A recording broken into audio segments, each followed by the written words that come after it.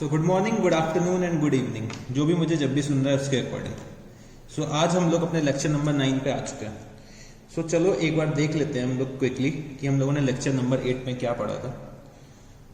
तो बच्चे, हम लोगों ने लेक्चर नंबर 8 में जर्नल शुरू किया था। तो जर्नल क्या होता था? जर्नल हमारा होता था books of original entry in which transactions are recorded for the first time in chronological order. तो जर्नल हमारी क्या होती है? बुक्स ऑफ अकाउंट्स होती है जिसमें ट्रांजैक्शंस हम लोग पहली बार रिकॉर्ड करते हैं और किसमें? क्रोनोलॉजिकल ऑर्डर में। फिर हम लोगों ने समझा था कि सोर्स डॉक्यूमेंट्स हमारे क्या होते हैं। तो source documents are written documents containing details of transactions. तो सोर्स डॉक्यूमेंट्स हमारे रिटन डॉक्यूमेंट्स होते हैं, एक रिटन प्रूफ होते हैं जिसके बेसिस पे हम लोग अपने बुक्स ऑफ अकाउंट्स में क्या करते हैं? अकाउंटिंग एंट्रीज करते हैं, जर्नल एंट्रीज पास करते हैं। तो कुछ सोर्स डॉक्यूमेंट के एग्जांपल्स भी हमने समझे थे कि होते हैं कैश मेमो, इनवॉइस या बिल, रिसिप्ट, पे इन स्लिप, डेबिट नोट और क्रेडिट नोट। फिर हम लोगों ने समझा था वाउचर्स के बारे में। तो वाउचर्स में हमारे एक कैश वाउचर्स होते हैं, दूसरे नॉन कैश वाउचर्स होते हैं। तो कैश वाउचर्स कौन से होते हैं? अ voucher prepared for transactions including cash.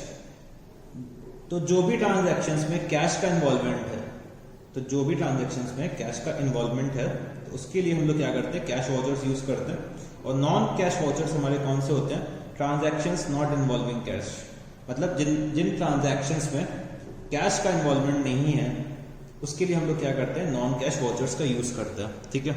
फिर हम लोगों ने समझा था कि जो हमारी अकाउंटिंग होती है वो हम लोग दो अप्रोचेस के बेसिस पे करते हैं। एक होता है ट्रेडिशनल अप्रोच और दूसरा होता है क्या? Modern approach. तो हम लोगों ने मॉडर्न अप्रोच थोड़ा सा समझने की कोशिश की थी और एज पर मॉडर्न अप्रोच हम लोगों ने समझा था कि जो हमारे कैपिटल, लायबिलिटीज और रेवेन्यू, कैपिटल, लायबिलिटीज और रेवेन्यू, ठीक है, अगर ये इंक्रीज कर रहे हैं, अगर कैपिटल, लायबिलिटी और रेवेन्यू इंक्रीज कर रहे हैं तो हम लोग इनको क्या कर देते थे? क्रेडिट कर देते थे। और अगर कैपिटल, लायबिलिटी और रेवेन्यू डिक्रीज हो रहे हैं तो हम लोग इनको क्या करते हैं? डेबिट कर देते थे। ठीक है। और जो हमारे एसेट्स और एक्सपेंसेस, एसेट्स और एक्सपेंसेस, अगर एसेट्स और एक्सपेंसेस इंक्रीज हो रहे हैं, अगर एसेट्स और एक्सपेंसेस इंक्रीज हो रहे हैं तो इनको हम लोग क्या कर देते? डेबिट कर देते थे। और डिक्रीज हो रहे हैं तो हम लोग इनको क्रेडिट कर देते थे। ठीक है।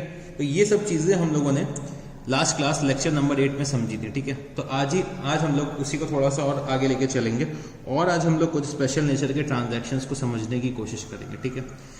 तो सबसे पहले मेरे साथ आप लोग क्या करिए, एक जर्नल का फॉर्मेट बना लीजिए। ठीक है। फॉर्मेट ऑफ जर्नल, हमें जर्नल एंट्रीज कौन से फॉर्मेट में करनी होंगी उसका एक फॉर्मेट आप लोग मेरे साथ ड्रॉ कर लीजिए। तो फॉर्मेट ऑफ जर्नल, ठीक है। तो फॉर्मेट ऑफ जर्नल के लिए आपके पास जरूर से एक स्केल होना चाहिए। ठीक है, एक स्केल होना चाहिए। तो चलो मैं फॉर्मेट पहले बता देता हूं। डेट, पर्टिकुलर्स, डेट, पर्टिकुलर्स, एक कॉलम होता है हमारा LF नंबर और एक डेबिट और दूसरा हमारा क्रेडिट। ठीक है, इतने कॉलम्स होते हैं। अब आप लोग प्लीज स्केल का यूज करिएगा। ठीक है, स्केल यूज करिएगा।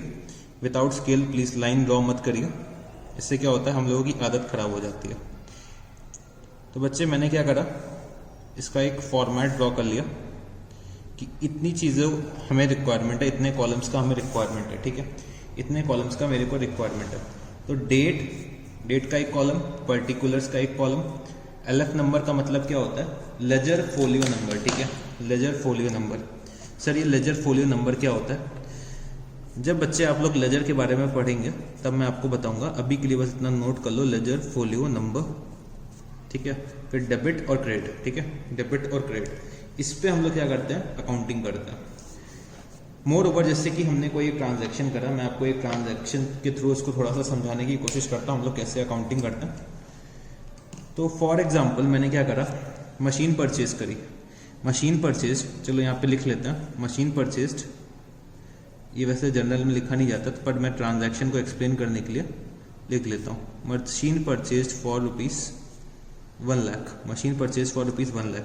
अब बच्चे मैं अपने जर्नल के फॉर्मेट में इसको कैसे अकाउंट फॉर करूंगा वो मैं समझने की कोशिश करता हूँ। तो machine purchase for 1 lakh on 1 अप्रैल 2020, ठीक है। Machine purchase for rupees 1 lakh machine purchase for rupees 1 lakh on 1 अप्रैल 2020। तो मैंने यहाँ पे लिखा 1 अप्रैल, और मैंने क्या देखा कि मशीन मेरा इंक्रीज हो रहा है। मशीन मेरे बिजनेस का क्या होता है, एक एसेट होता है। तो एसेट अगर इंक्रीज हो रहा है तो हम लोग क्या करेंगे, डेबिट। तो बच्चे मशीन के अकाउंट को मैंने क्या करा, debit. Machine account debit to cash account, क्योंकि कैश मेरे बिजनेस से जा रहा है। अगर कैश मेरे बिजनेस से जा रहा है, कैश मेरे बिजनेस का एसेट है, एसेट के बैलेंस अगर रिड्यूस होते हैं तो हम लोग क्या करते हैं, उसे क्रेडिट कर देते हैं, ठीक है। तो machine account debit to cash account, और कितने की मशीन परचेज करी है, 1 लाख रुपीस की मशीन परचेज करी है, ठीक है। 1 लाख रुपीस की मशीन परचेज करी है। तो डेबिट का डेबिट में लिखेंगे, क्रेडिट का क्रेडिट में लिखेंगे। और बच्चे हमें क्या करना होता है, एक नरेशन भी इसमें लिखनी होती है। सर ये नरेशन क्या होती है? बच्चे नरेशन लिखना होता है कि ट्रांजैक्शन हमने क्यों करा, मतलब ट्रांजैक्शन की एक ब्रीफ समरी होती है। इस ट्रांजैक्शन में हमने क्या करा, तो इसमें हम लोग डिटेल्स भी डाल देते हैं कि जिस इनवॉइस नंबर के बेसिस पे ये ट्रांजैक्शन कर रहे हैं, जो भी सपोर्टिंग के बेसिस में ये ट्रांजैक्शन कर रहे हैं, उन सब की डिटेल्स हम क्या करते हैं, एक नरेशन में दे देते हैं। तो जैसे कि मैंने यहाँ पे क्या लिखा कि being machine purchased for cash, ठीक है। Being machine purchased for cash, ये मैंने लिख दिया। तो बच्चे हमेशा याद रखना, जो भी हमारा नरेशन होगा वो हमेशा बीइंग से शुरू होगा। कोई भी नरेशन हम लोग जर्नल एंट्रीज में लिखेंगे। देखो जर्नल एंट्रीज में नरेशन लिखना कंपलसरी है। अगर आप जर्नल एंट्रीज में नरेशन नहीं लिखते हो तो आपके नंबर कटते हैं। तो नरेशन लिखना तो कंपलसरी है। तो और जो भी नरेशन होगा वो बीइंग से शुरू होगा, जो भी नरेशन होगा वो बीइंग से शुरू होगा, ठीक है। तो इस नरेशन को अगर मैं थोड़ा सा इलैबोरेट कर दूं तो नरेशन का मतलब क्या होता है, नरेशन का मतलब क्या होता है, brief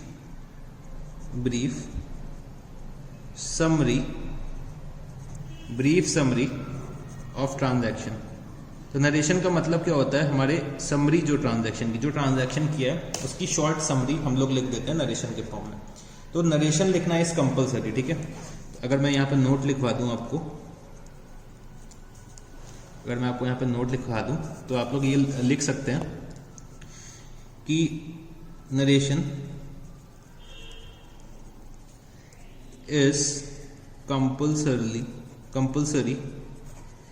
in case of journal entries. बहुत से बच्चे नहीं करते और उनके मार्क्स डिडक्ट हो जाते हैं इसी वजह से। तो narration is compulsory in case of journal entries. Every narration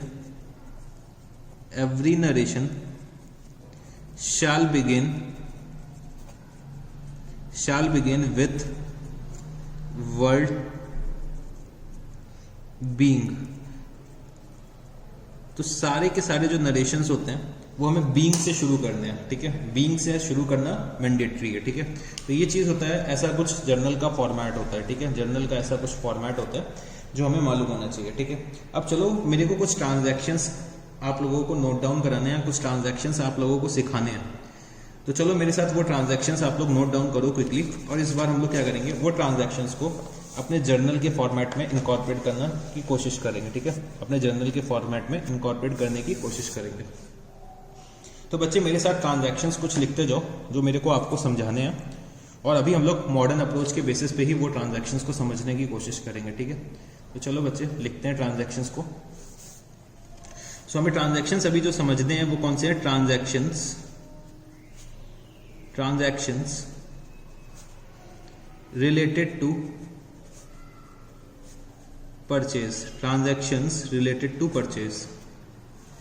सो हमें परचेज से रिलेटेड कुछ ट्रांजैक्शंस को समझना है, ठीक है।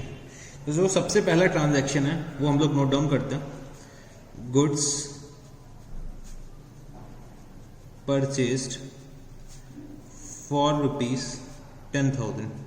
बच्चे जितने भी मैं ट्रांजैक्शंस आपको कराने जा रहा हूँ, ठीक है, आज की क्लास में देखना मैक्सिमम आपको यही सब जनरल एंट्रीज में मिलेगा, ठीक है। तो आज की क्लास बहुत इंपॉर्टेंट है, इसको प्लीज थोड़ा सा और कॉन्सेंट्रेट मैनर में पढ़िएगा, मतलब कंसंट्रेशन अपना बढ़ाइएगा।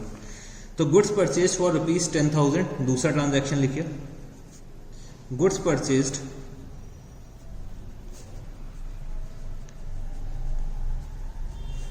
From Ram, goods purchase from Ram for ₹8,000, goods purchase from Ram for ₹8,000। एक और लिखिएगा, furniture purchased for ₹10,000, building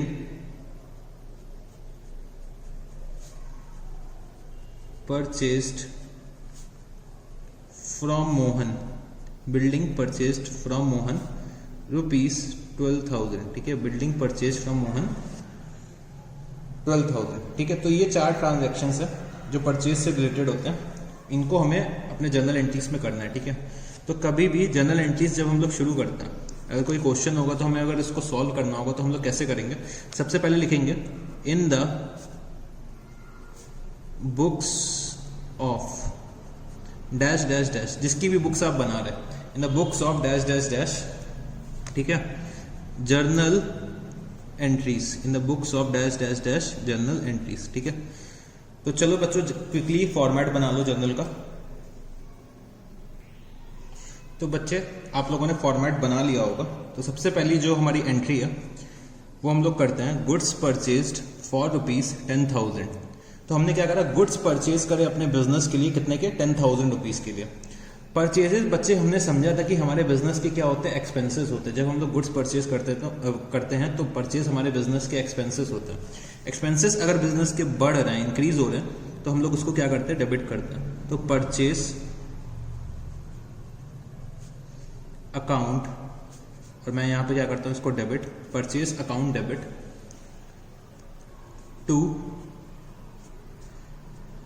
cash account. ठीक है, मेरे बिजनेस से क्या जा रहा है? कैश जा रहा है। अब बच्चे समझने की कोशिश करना कि अगर जब क्वेश्चन में कुछ भी नहीं दे रखा हुआ है, ठीक है, ना हमें सप्लायर की इंफॉर्मेशन दे रखी है, ठीक है, ना हमें कैश के बारे में बता रखा है कि गुड्स हमने परचेज तो करें, अब ये भी नहीं बता रखा है कि कैश में करें या क्रेडिट में करें, और साथ ही साथ ना ही हमारे सप्लायर का नाम दे रखा हुआ है, तो हम लोग ये अज्यूम करते हैं कि हमने जो ट्रांजैक्शन किया, जो हमने परचेज करी है, वो किस पे करी है? कैश पे करी है। ठीक है, तो जो हमारा पहला ट्रांजैक्शन था वो क्या है?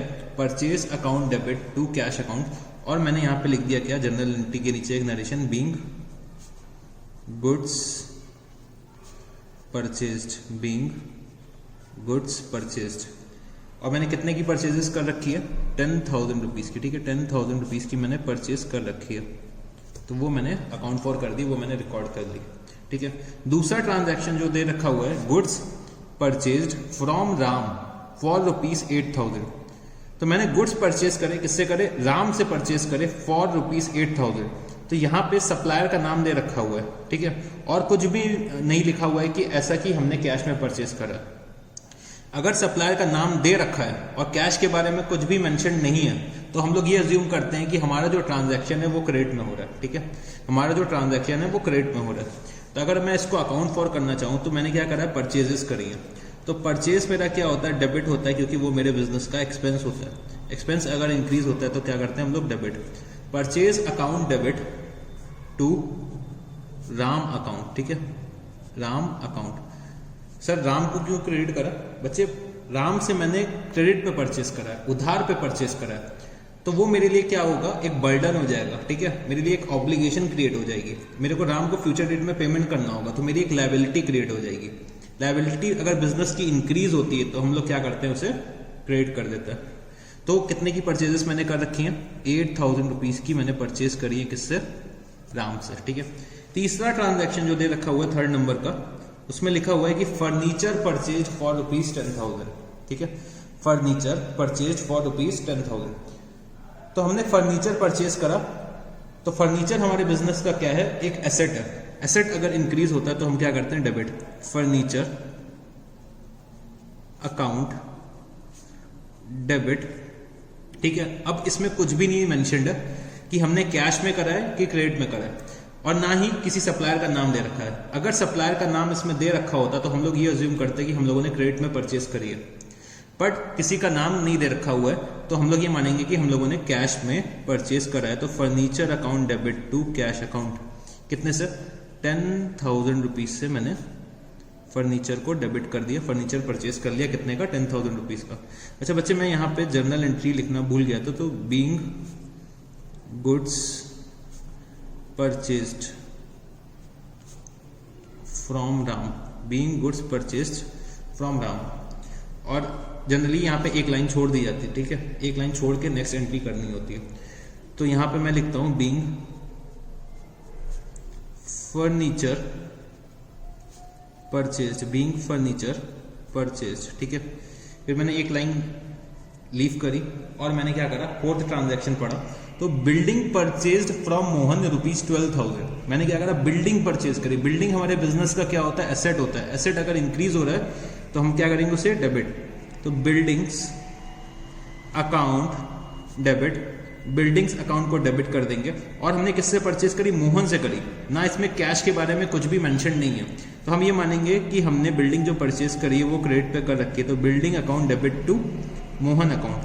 और मैंने क्या करा, मैंने एक नरेशन लिख दिया, क्या, being buildings, being building purchased,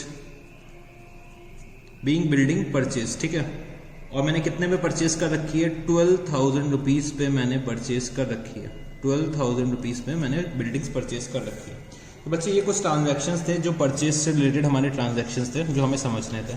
अब बच्चे कुछ ट्रांजैक्शंस हम लोग सेल से रिलेटेड समझते हैं, तो आप लोग मेरे साथ लिख सकते हैं यहाँ पे, transactions, transactions relating to, transactions relating to sales. So अब हमें कुछ ट्रांजैक्शंस सेल्स से रिलेटेड समझने हैं, ठीक है, कुछ ट्रांजैक्शंस सेल्स से रिलेटेड समझने हैं। तो ट्रांजैक्शंस मेरे साथ नोट डाउन करिएगा। Goods sold for,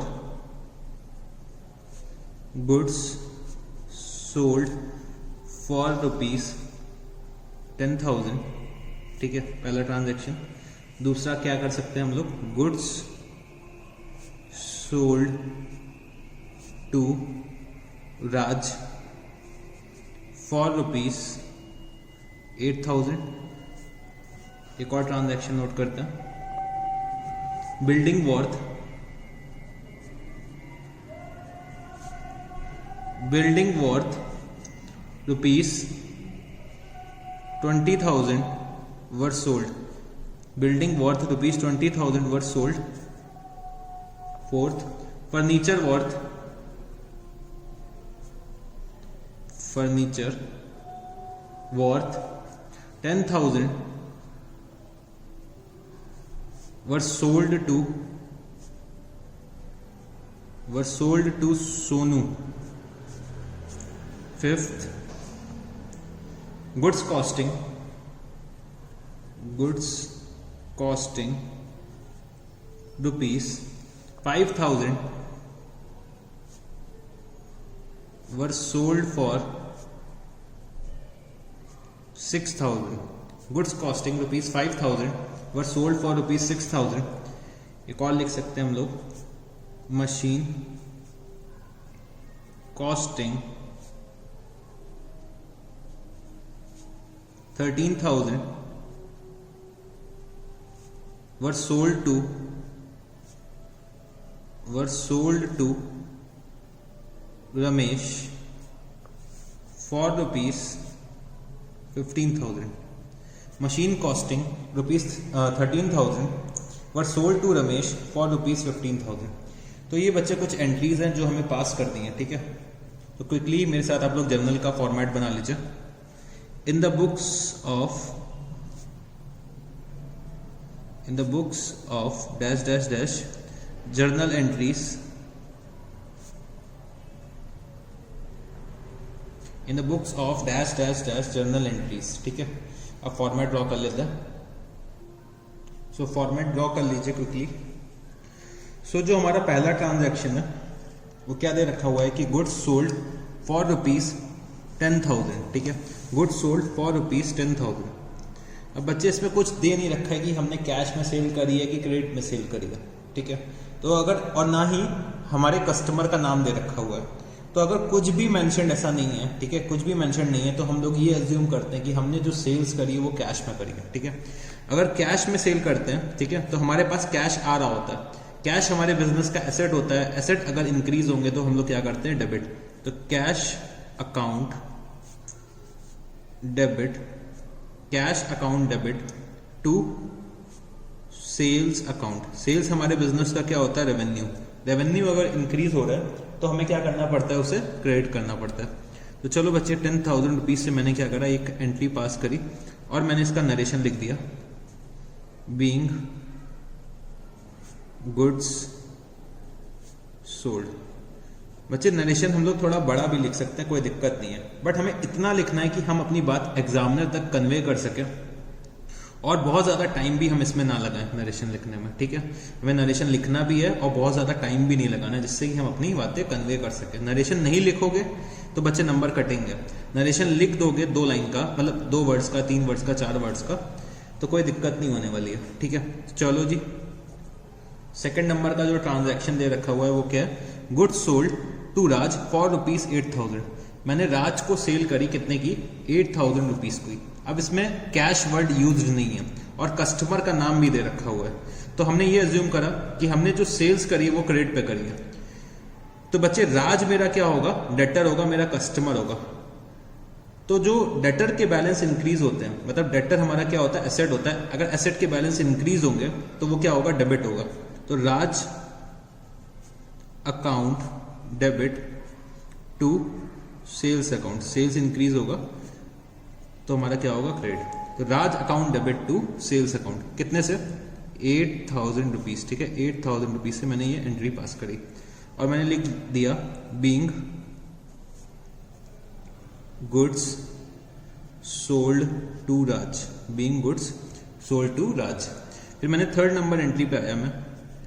third number entry क्या है, building worth 20,000 were sold.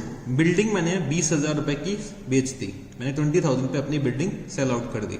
Building मेरे बिजनेस का क्या है, एसेट है। एसेट अगर कम होगा तो हम लोग क्या करते हैं, क्रेडिट करते हैं। बिल्डिंग जो मैंने बेची है, तो किसको बेची है ये मेंशन नहीं है, किसको बेची है मेंशन नहीं है, ना ही कैश मेंशन है, ना ही क्रेडिट मेंशन है। तो हम लोग ये अज्यूम करते हैं कि हम लोगों ने जो सेल करी है बिल्डिंग की वो कैश में करी होगी। तो कैश बच्चे मेरे बिजनेस में आ रहा है, मेरा एसेट इंक्रीज हो रहा होगा तो डेबिट करेंगे। तो cash account debit to buildings account, cash account debit to building account. और मैं नरेशन लिख देता हूं, being building sold, being building sold. कितने पे मैंने बिल्डिंग सेल ऑफ करी है, 20,000 रुपीज। 20,000 रुपीज पे मैंने बिल्डिंग सेल आउट करी है। ट्रांजैक्शन नंबर 4, ट्रांजैक्शन नंबर 4 में हमें क्या करना है, furniture worth 10,000 were sold to Sonu, ठीक है। फर्नीचर मैंने बेचा, किसको बेचा, सोनू को बेचा। इसमें भी कैश कहीं यूज नहीं है और मेरे कस्टमर का नाम दे रखा हुआ है, ठीक है। तो मैं क्या करूंगा, सोनू को जो मैंने क्रेडिट पे सोल्ड कर रखा है, सेल कर रखी है, तो सोनू मेरे बिजनेस का क्या हो जाएगा, मेरे बिजनेस का एक डेटर हो जाएगा। डेटर तो मैं नहीं कह सकता हूं क्योंकि डेटर हमारा सेल से रिलेटेड होता है, ठीक है। तो हम ये बोल सकते हैं कि डेटर्स फॉर एसेट्स, ठीक है, डेटर्स फॉर एसेट्स। तो मैंने यहाँ पे लिखा सोनू से मेरे को पैसा रिसीव करना है, तो सोनू के ऊपर मेरा एक राइट क्रिएट हो गया। राइट क्रिएट हो गया मतलब मेरा एसेट एक क्रिएट हो गया। एसेट के बैलेंसेस अगर इंक्रीज हो रहे हैं तो डेबिट। और बच्चे फर्नीचर मेरा हो रहा है सेल्स, फर्नीचर मेरे बिजनेस का एसेट है, अगर एसेट डिक्रीज हो रहे हैं तो क्रेडिट कर देते हैं।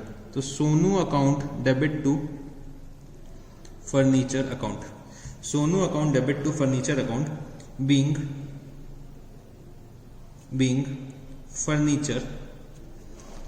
Furniture sold to Sonu, being furniture sold to Sonu. कितने रुपीस पे मैंने सेल करी है, 10,000, ठीक है। 10,000 रुपीज की मैंने सेल करी है, किसको करी है, सोनू को करी है।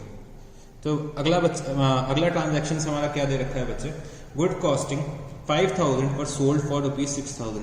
तो मैंने लास्ट क्लास में भी समझाया था कि जो हम लोग सेल्स करते हैं वो हम लोग सेल वैल्यू पे रिकॉर्ड करते हैं।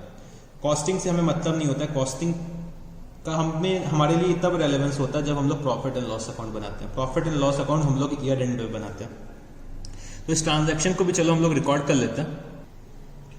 So transaction number 5, goods costing 5000 were sold to Sonu for 6000। तो बच्चे इसमें कुछ नाम वगैरह नहीं दे रखा है, तो हम लोग मानते हैं कि ये हम लोगों ने कैश में ट्रांजैक्शन करा है।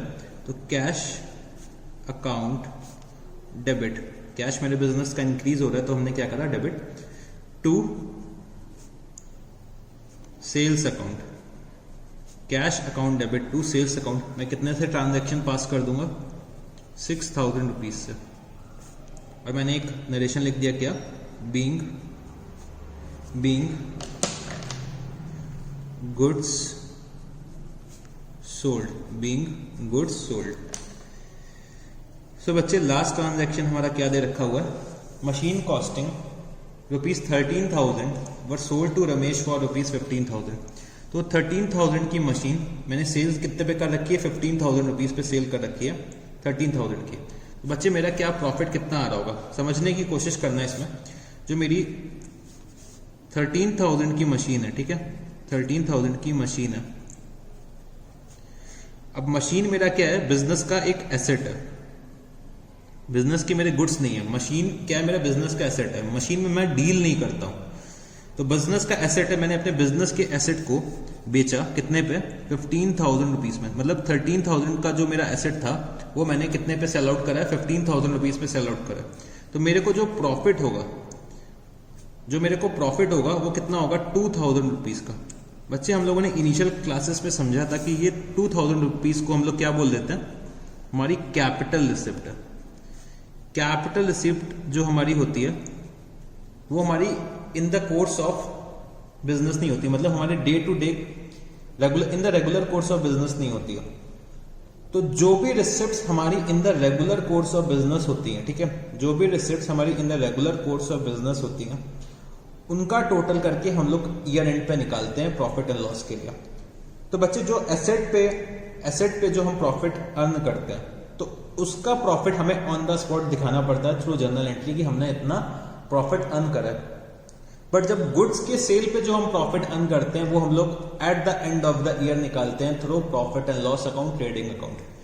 तो 2,000 रुपए का मैंने यहाँ पे प्रॉफिट अर्न किया है। और प्रॉफिट क्या होती है, हमारा कैपिटल रिसिप्ट, जो हमने मशीन की सेल पे प्रॉफिट अर्न किया है। मशीन हमारे बिजनेस का क्या है, मशीन हमारे बिजनेस की क्या है, एसेट है, ठीक है। तो अगर हम लोग इसकी जर्नल एंट्री करना चाहें तो क्या कर सकते हैं। तो बच्चे मैंने क्या करा, रमेश को सेल करी है, रमेश का नाम यूज हो गया, ठीक है। तो हमने कैश पे तो नहीं करी होगी, तो हमने यहाँ पे लिखा रमेश अकाउंट डेबिट, क्योंकि मेरे को रमेश से पैसा रिसीव करना है। रमेश के ऊपर एक राइट क्रिएट हो गया, मेरा एक एसेट क्रिएट हो गया। तो Ramesh account debit to, Ramesh account debit to, मैंने मशीन सेल आउट करी है। तो मशीन मतलब मेरा बिजनेस का एसेट डिक्रीज हो रहा है। मेरे बिजनेस का एसेट अगर डिक्रीज हो रहा है तो मैं इसको क्या करता हूँ, क्रेडिट कर देता हूँ। तो Ramesh account debit to machine account, और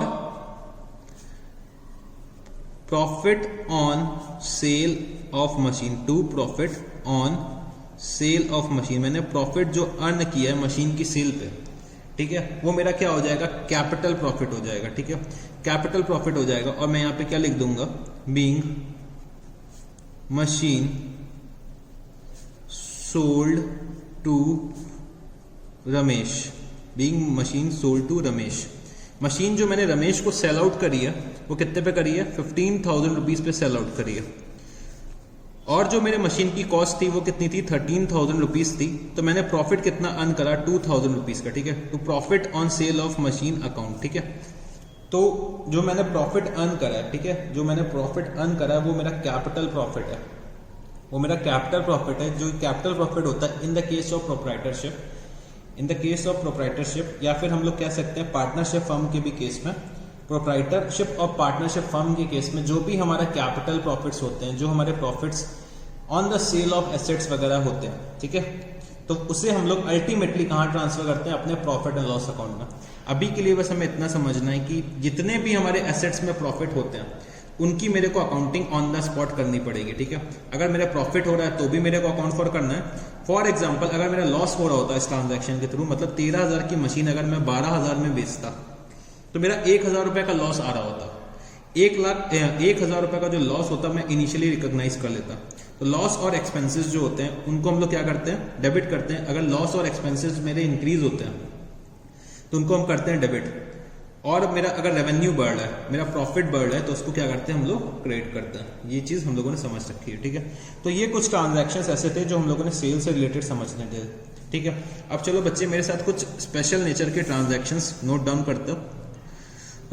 कुछ ट्रांजैक्शंस मेरे साथ आप लोग नोट डाउन कर सकते हैं, स्पेशल ट्रांजैक्शंस, ठीक है, स्पेशल ट्रांजैक्शंस। तो ये सारे के सारे स्पेशल ट्रांजैक्शंस हमें समझने हैं। तो बच्चे पहला ट्रांजैक्शन आप मेरे साथ नोट डाउन कर सकते हैं, bad debts. Bad debts, bad debts की क्या अकाउंटिंग करनी होती है वो हमें समझना है, ठीक है। तो इसके लिए मैं एक एग्जांपल लेता हूं। Mohan who owed rupees 10,000, Mohan who owed rupees 10,000 has become insolvent. He pays 40 paisa in rupee in full settlement.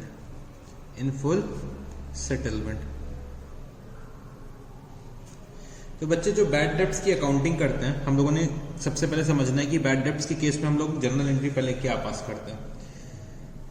तो बच्चे बैड डेब्ट्स जो हमारी होती है वो बिजनेस का हमारा क्या होता है, एक तरीके का एक्सपेंस होता है, एक तरीके का लॉस होता है। कि बैड डेब्ट्स जो हमें कस्टमर से पैसा नहीं मिल पाया, जो कस्टमर से पैसा हमें नहीं मिल पाया, जो कस्टमर हमारा पैसा हमें नहीं दे पाया क्योंकि वो इंसॉल्वेंट हो गया, उसके पास पैसे नहीं थे, तो वो मेरे बिजनेस के लिए एक एक्सपेंस है, एक लॉस है। अगर मेरे बिजनेस के एक्सपेंसेस, मेरे बिजनेस के लॉसेस अगर इंक्रीज हो रहे हैं तो मेरे को क्या करना होता है, उसे डेबिट करना होता है, ठीक है, उसे डेबिट करना होता है। तो बैड डेब्ट्स को मैंने क्या करा, डेबिट करा, ठीक है। बैड डेब्ट्स को मैंने क्या करा, डेबिट करा। अब बच्चे मेरे को पैसे जो मिलने थे वो किससे मिलने थे, मेरे डेटर से, मेरे कस्टमर से, ठीक है, मेरे डेटर से, मेरे कस्टमर से। तो डेटर्स मेरे बिजनेस के क्या होते हैं, एसेट्स होते हैं। डेटर्स मेरे बिजनेस के क्या होते हैं, एसेट्स होते हैं। अगर मेरे एसेट्स का बैलेंस डिक्रीज हो रहा है तो हम लोग उसको क्या कर देते थे, क्रेडिट कर देते थे। तो अगर मेरे बिजनेस के डेटर्स डिक्रीज हो रहे हैं तो मैंने क्या करना है, उसे क्रेडिट कर देना है, ठीक है, क्रेडिट कर देना है। तो ये मेरी बेसिकली बैड डेब्ट्स की एंट्री होती है, ठीक है। being bad debts written off, मैंने अपना क्या लिखा कि बैड डेब्ट्स मैंने राइट ऑफ कर दिए डेटर से, ठीक है, मैंने बैड डेब्ट्स राइट ऑफ कर दिए डेटर से। अब बच्चे मैं इस ट्रांजैक्शन की अगर मैं एंट्री करना चाहूं तो मैं कैसे कर सकता हूं। मोहन था जो, मोहन से जो मेरे को 10,000 रुपीज रिसीव करने थे, मोहन से मेरे को 10,000 रुपीज रिसीव करने थे, बट वो 40 पैसा इन रुपी दे पाया, मतलब 1 रुपए में 40 पैसा ही दे सकता है। तो 10,000 रुपए में कितना दे सकता होगा, 4,000 रुपए। 1 रुपए में अगर 40 पैसा दे रहा है तो 10,000 रुपए में 4,000 रुपए दे पा रहा होगा। बाकी के 6,000 मेरे क्या हो गए होंगे, बैड डेब्ट्स। तो बच्चे 4,000 मेरे पास आ रहा होगा, तो किस फॉर्म में आ रहा होगा, कैश के फॉर्म में। कैश मेरा इंक्रीज हो रहा है तो हम क्या कर देंगे, डेबिट, कैश अकाउंट डेबिट, कितने से, 4,000 रुपीज से, ठीक है। और जो मेरे बैड डेब्ट्स इनकर हो रहे हैं वो कितने से हो जाएंगे, 6,000 रुपीज से। 10,000 में अगर 4,000 मिल गया मतलब 6,000 रुपए नहीं मिला, ठीक है। और मेरे जो डेटर्स होंगे, या मैं कह सकता हूं जो मेरा मोहन के नाम का अकाउंट होगा, टू मोहन, वो मैं राइट ऑफ कर दूंगा, ठीक है। मेरा मोहन का जो बैलेंस होगा वो मैं राइट ऑफ कर दूंगा, वो मैं खत्म कर दूंगा। तो तो बच्चे ये ट्रांजैक्शन होता है बैड डेब्ट से रिलेटेड, ये एक जर्नल एंट्री होती है जो हमें आनी चाहिए, ठीक है। ये जर्नल एंट्री हमें बहुत अच्छे से आनी चाहिए क्योंकि ये जगह जगह पे हमें दिखेगी। फिर जो हमारा नेक्स्ट होता है, नेक्स्ट स्पेशल ट्रांजैक्शन होता है, वो क्या होता है, bad debts recovered. Bad debts recovered.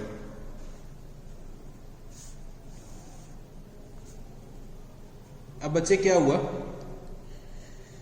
कि जो मेरे बिजनेस के डेटर्स थे, मेरे बिजनेस के कस्टमर थे, ठीक है। लेट्स टेक एन एग्जांपल, ये मेरा बिजनेस है, ठीक। मेरे पास एक कस्टमर आया 2014 में, ठीक है, 2014 में आया और मेरे से कुछ गुड्स परचेज करके ले गया, मतलब मैंने उसको गुड्स सेल करी, लेट्स टेक 10,000 रुपीज की क्रेडिट पे, ठीक है। क्रेडिट पे मैंने सेल करी 10,000 रुपीज की। उसने कहा कि मैं आपको 1 से 2 महीने के अंदर पैसे दे दूंगा इसके। बट जब वो 2 मंथ बाद आया तो वो बोलता है, 2 मंथ्स बाद जब वो आया तो वो ये बोलता है कि मैं इंसॉल्वेंट डिक्लेयर हो चुका हूँ, इंसॉल्वेंट डिक्लेयर हो चुका हूँ और मैं आपको सिर्फ 10,000 की जगह सिर्फ 4,000 रुपीज ही पे कर पाऊंगा, 4,000 रुपीज ही पे कर पाऊंगा। तो मैंने ये कहा उससे कि भैया जो भी है मेरे को जितना भी हो सकता है दे दो, ठीक है। तो 4,000 रुपये मैंने रिसीव करे, वो मैंने क्या करा होगा, कैश अकाउंट को डेबिट कर दिया होगा। और बाकी के जो 6,000 रुपये मैंने क्या सोचा कि अब ये पैसे कभी भी मेरे को नहीं मिलने वाले, तो मैंने इसको बैड डेब्ट्स के नाम पे डाल दिया और इसको राइट ऑफ कर दिया। बट जो ये भला मानुस था, ये भला इंसान था, वो मेरे पास 2020 में आया, 2020 में आया और बोलता है कि मेरे पास बहुत सारे पैसे कहीं से आ गए, तो मैं आपके जो पुराने 6,000 रुपये हैं वो वापस करना चाहता हूँ, वो आपको मैं देना चाहता हूँ। तो बच्चे मेरे पास अचानक से क्या हुआ, एक इनकम अराइज हो गई। तो जो पैसा मैंने सोच रखा था कि मेरे को कभी भी फ्यूचर में नहीं मिलने वाला है, वो बाय चांस सडनली एक्सीडेंटली मतलब अनएक्सपेक्टेडली अराइज हो गया, ठीक है। 6,000 रुपये मेरे को अनएक्सपेक्टेडली रिसीव हो गया। तो 6,000 रुपये जो मेरे को मिल रहा है, ठीक है, वो मेरे बिजनेस के लिए क्या होगी, एक इनकम होगी। इस इनकम को हम लोग किस नाम से रिप्रेजेंट करते हैं, bad debts recovered, bad debts recovered, ठीक है, बैड डेब्ट्स रिकवर्ड के नाम से डिनोट करता है। तो अगर मैं इसकी जर्नल एंट्री जानना चाहूँ क्या होगी, तो जर्नल एंट्री हम लोग इसकी लिख सकते हैं क्या, कैश अकाउंट डेबिट, क्योंकि वो कैश मेरे पास लेकर आ रहा होगा 6,000 रुपीज का, तो मैं क्या लिखूंगा, कैश अकाउंट डेबिट, और बैड डेब्ट्स रिकवर्ड को मैं क्या कर दूंगा, क्रेडिट कर दूंगा, क्योंकि वो मेरे बिजनेस का रेवेन्यू हो गया। बैड डेब्ट्स रिकवर्ड अकाउंट को मैं क्या कर दूंगा, क्रेडिट कर दूंगा। बैड डेब्ट्स रिकवर्ड अकाउंट को मैं क्या करूंगा, क्रेडिट कर दूंगा। तो बच्चे मैंने ये सेकंड एंट्री का भी डिस्कशन कर लिया, ठीक है। चलो थर्ड केस पे अब हम लोग आते हैं। तो इस पे हम लोग लिख सकते हैं cash of 15,000 withdrawn by the proprietor for personal use, और इसके ब्रैकेट में लिख लेना फॉर ड्राइंग्स। ये तीसरा केस क्या है, अगर ड्राइंग्स होती हैं बिजनेस में तो उसकी क्या एंट्री करनी होती है वो मैं अब बताने जा रहा हूँ, ठीक है। तो प्रोप्राइटर ने 15,000 रुपीज बिजनेस से विड्रॉ कर लिया for personal needs, for personal use, ठीक है। अब बच्चे समझने की कोशिश करना, हमने क्या समझा था कि ड्राइंग्स जो होती है वो हमारे कैपिटल को अफेक्ट करती हैं, ठीक है। ड्राइंग्स जो हमारी होती है वो कैपिटल को जाके अफेक्ट करती है। बट ड्राइंग्स को हम लोग एक सेपरेट अकाउंट के नाम से इसलिए डिनोट करते हैं जिससे कि हमें पता चल सके ड्यूरिंग द ईयर प्रोप्राइटर ने बिजनेस से कितना पैसा विड्रॉ कर रखा है, ठीक है। तो बच्चे मेरे बिजनेस में जब प्रोप्राइटर इन्वेस्ट करता था तो हम लोग अपने कैपिटल अकाउंट को क्रेडिट करते थे। अब क्या कर रहा है, वो बिजनेस से पैसे निकाल के लेकर जा रहा है, तो कैपिटल अकाउंट को मेरे को डेबिट करना चाहिए। बट कैपिटल अकाउंट को डेबिट ना करने की जगह मैं क्या करने जा रहा हूं, ड्राइंग्स अकाउंट को डेबिट करने जा रहा हूं। तो ड्राइंग्स अकाउंट डेबिट, तो ड्राइंग्स अकाउंट इसीलिए यूज करते हैं जिससे कि हमें ये पता चल सके कि ड्यूरिंग द ईयर प्रोप्राइटर ने कितनी ड्राइंग्स कर रखी, कितना पैसा वो बिजनेस से निकाल के लेकर गया है। और अल्टीमेटली जब ईयर एंड होता है ड्राइंग्स को हम लोग कैपिटल में जाके एडजस्ट कर देते हैं। तो ड्राइंग्स अकाउंट डेबिट, और ड्राइंग्स जो करी है वो कैश में करी है। कैश मेरे बिजनेस का रिड्यूस हो रहा है, एसेट मेरे बिजनेस का डिक्रीज हो रहा है, तो हम लोग क्या करेंगे, उसको क्रेडिट कर देंगे। तो drawings account debit to cash account कितने से 15,000 रुपीज, ठीक है 15,000 रुपीज, 15,000 रुपीज। अब मैं यहां पे चाहूं तो एक नरेशन भी लिख सकता हूं, being cash withdrawn, being cash withdrawn by the proprietor for personal use, being cash withdrawn by the proprietor for personal use, ठीक है। ये मैं एक नरेशन लिख सकता हूं। चलो जी और आगे बढ़ते हैं और हम लोग अपनी कुछ एंट्रीज डिस्कस करते हैं। तो फोर्थ नंबर पे जो हमारा स्पेशल नेचर का ट्रांजैक्शन होता है वो क्या होता है, डिस्काउंट अलाउड। डिस्काउंट अलाउड का बच्चे हमें कैसे ट्रीटमेंट करना होता है वो हमें समझने की कोशिश करनी है। तो इसके लिए मैं क्या करूंगा, कुछ एग्जांपल्स के थ्रू इसको समझाने की कोशिश करता हूं डिस्काउंट अलाउड को। तो बच्चे पहला मेरा एग्जांपल नोट करना, पहला मेरा केस नोट करना, received rupees 49,000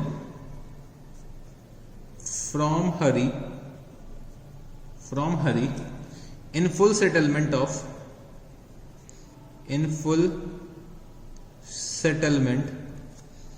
of rupees 50,000, received 49,000 from Hari in full settlement of rupees 50,000। तो बच्चे अब इस ट्रांजैक्शन को समझने की कोशिश करना कि मैंने 49,000 रुपीज हरी से रिसीव करे, 49,000 रुपीज हरी से रिसीव कर रहे और मेरे को रिसीव कितने करने थे 50,000 रुपीज, ठीक है। तो मैंने हरी से कहा कि अगर आप 49,000 रुपीज भी दे दोगे मेरे को तो मैं उसे एक्सेप्ट कर लूंगा, अगर आप उसको आज पेमेंट कर दोगे, ठीक है। हो सकता है मैंने कैश डिस्काउंट ऑफर करा हो।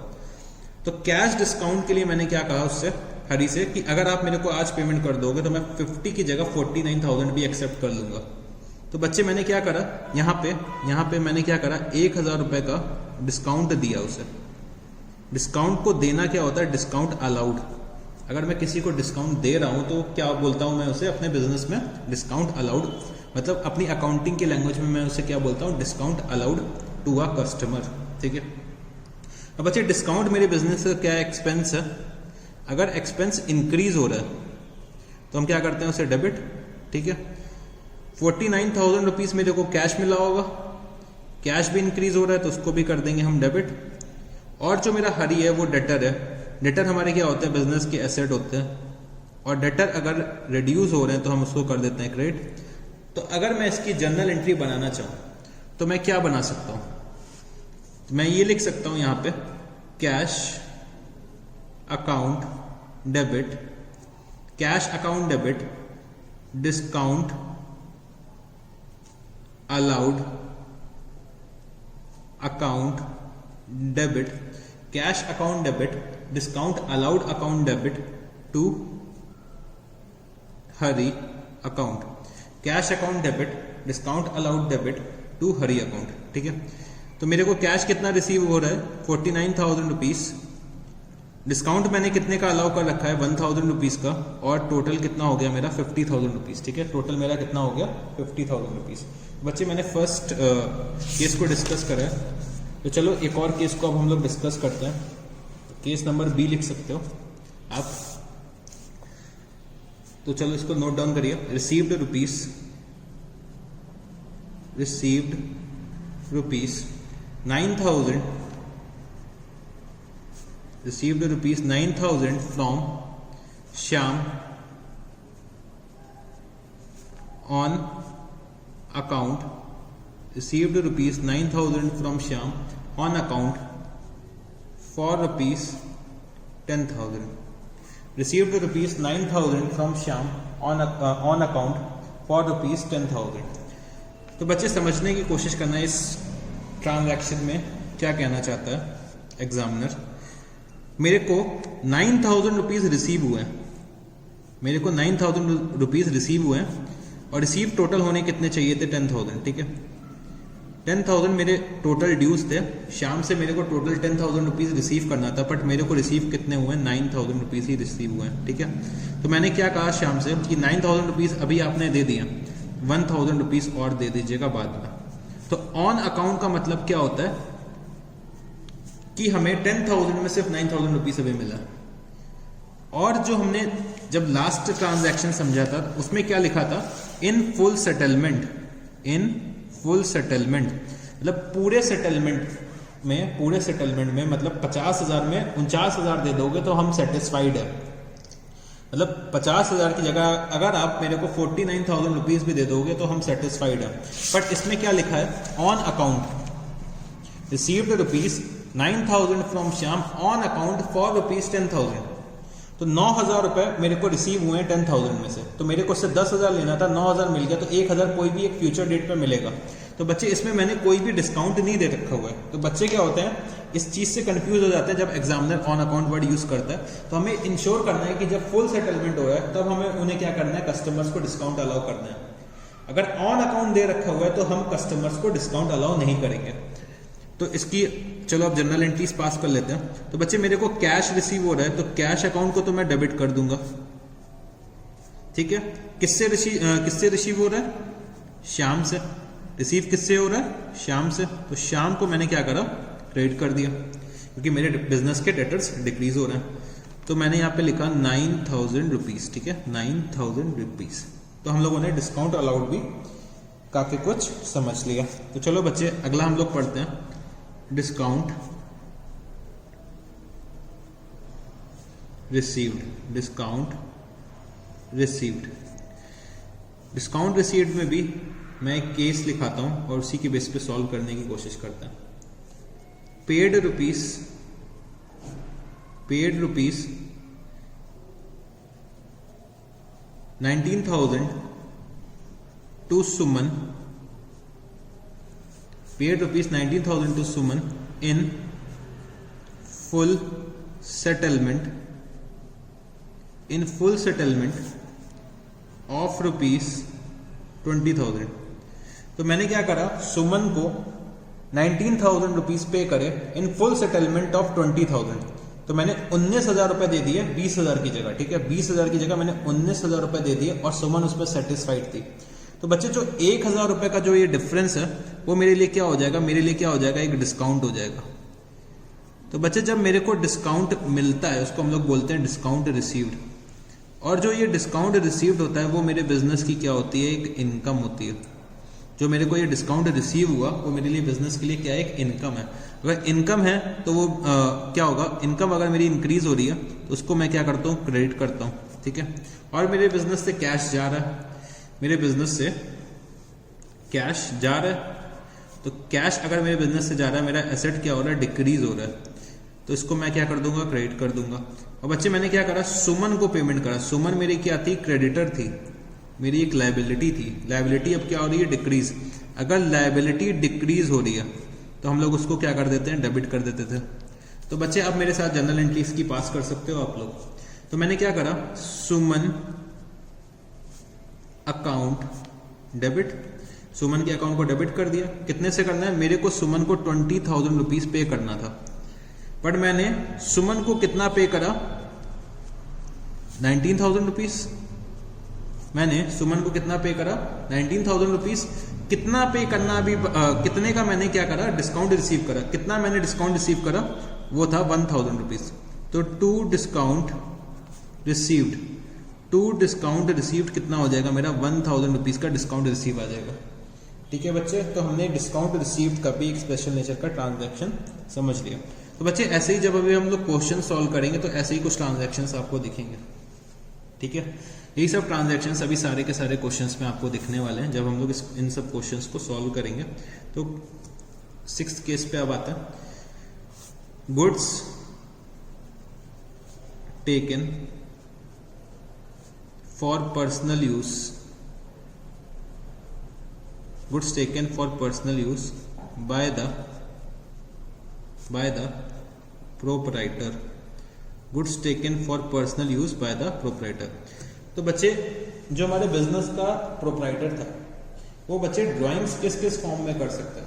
हो सकता है कुछ गुड्स ले जाए, हो सकता है कुछ बिजनेस के एसेट्स ले जाए, हो सकता है कुछ बिजनेस से कैश ले जाए, हो सकता है कुछ बैंक अकाउंट से पेमेंट कर दे, तो इन सब तरीकों से प्रोप्राइटर क्या कर सकता है, हमारे बिजनेस से ड्राइंग्स कर सकता है।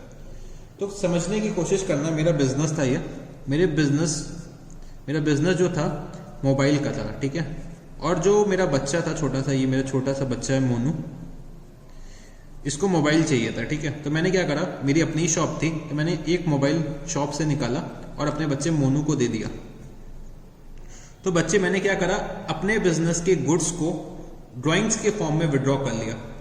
अब बच्चे समझने की कोशिश करना, जब हमने इसको मोबाइल को परचेज करा होगा, जब हमने मोबाइल को परचेज करा होगा तो हमने परचेज अकाउंट को डेबिट करा होगा, परचेज अकाउंट को डेबिट करा होगा क्योंकि वो हमारा एक्सपेंस था। जब हमने गुड्स को परचेज करा होगा तो हमने परचेजेस अकाउंट को डेबिट करा होगा क्योंकि वो हमारा एक्सपेंस था। अब बच्चे परचेजेस मेरी कम हो रही हैं, परचेजेस मेरी कम हो रही है, मेरा एक्सपेंसेस कम हो रहा है, तो मेरे को परचेजेस अकाउंट को क्रेडिट करना चाहिए कि नहीं करना चाहिए। तो मैंने क्या करा, सबसे पहले परचेजेस अकाउंट को क्रेडिट कर दिया, ठीक है। मैंने परचेजेस अकाउंट को क्रेडिट कर दिया, ठीक।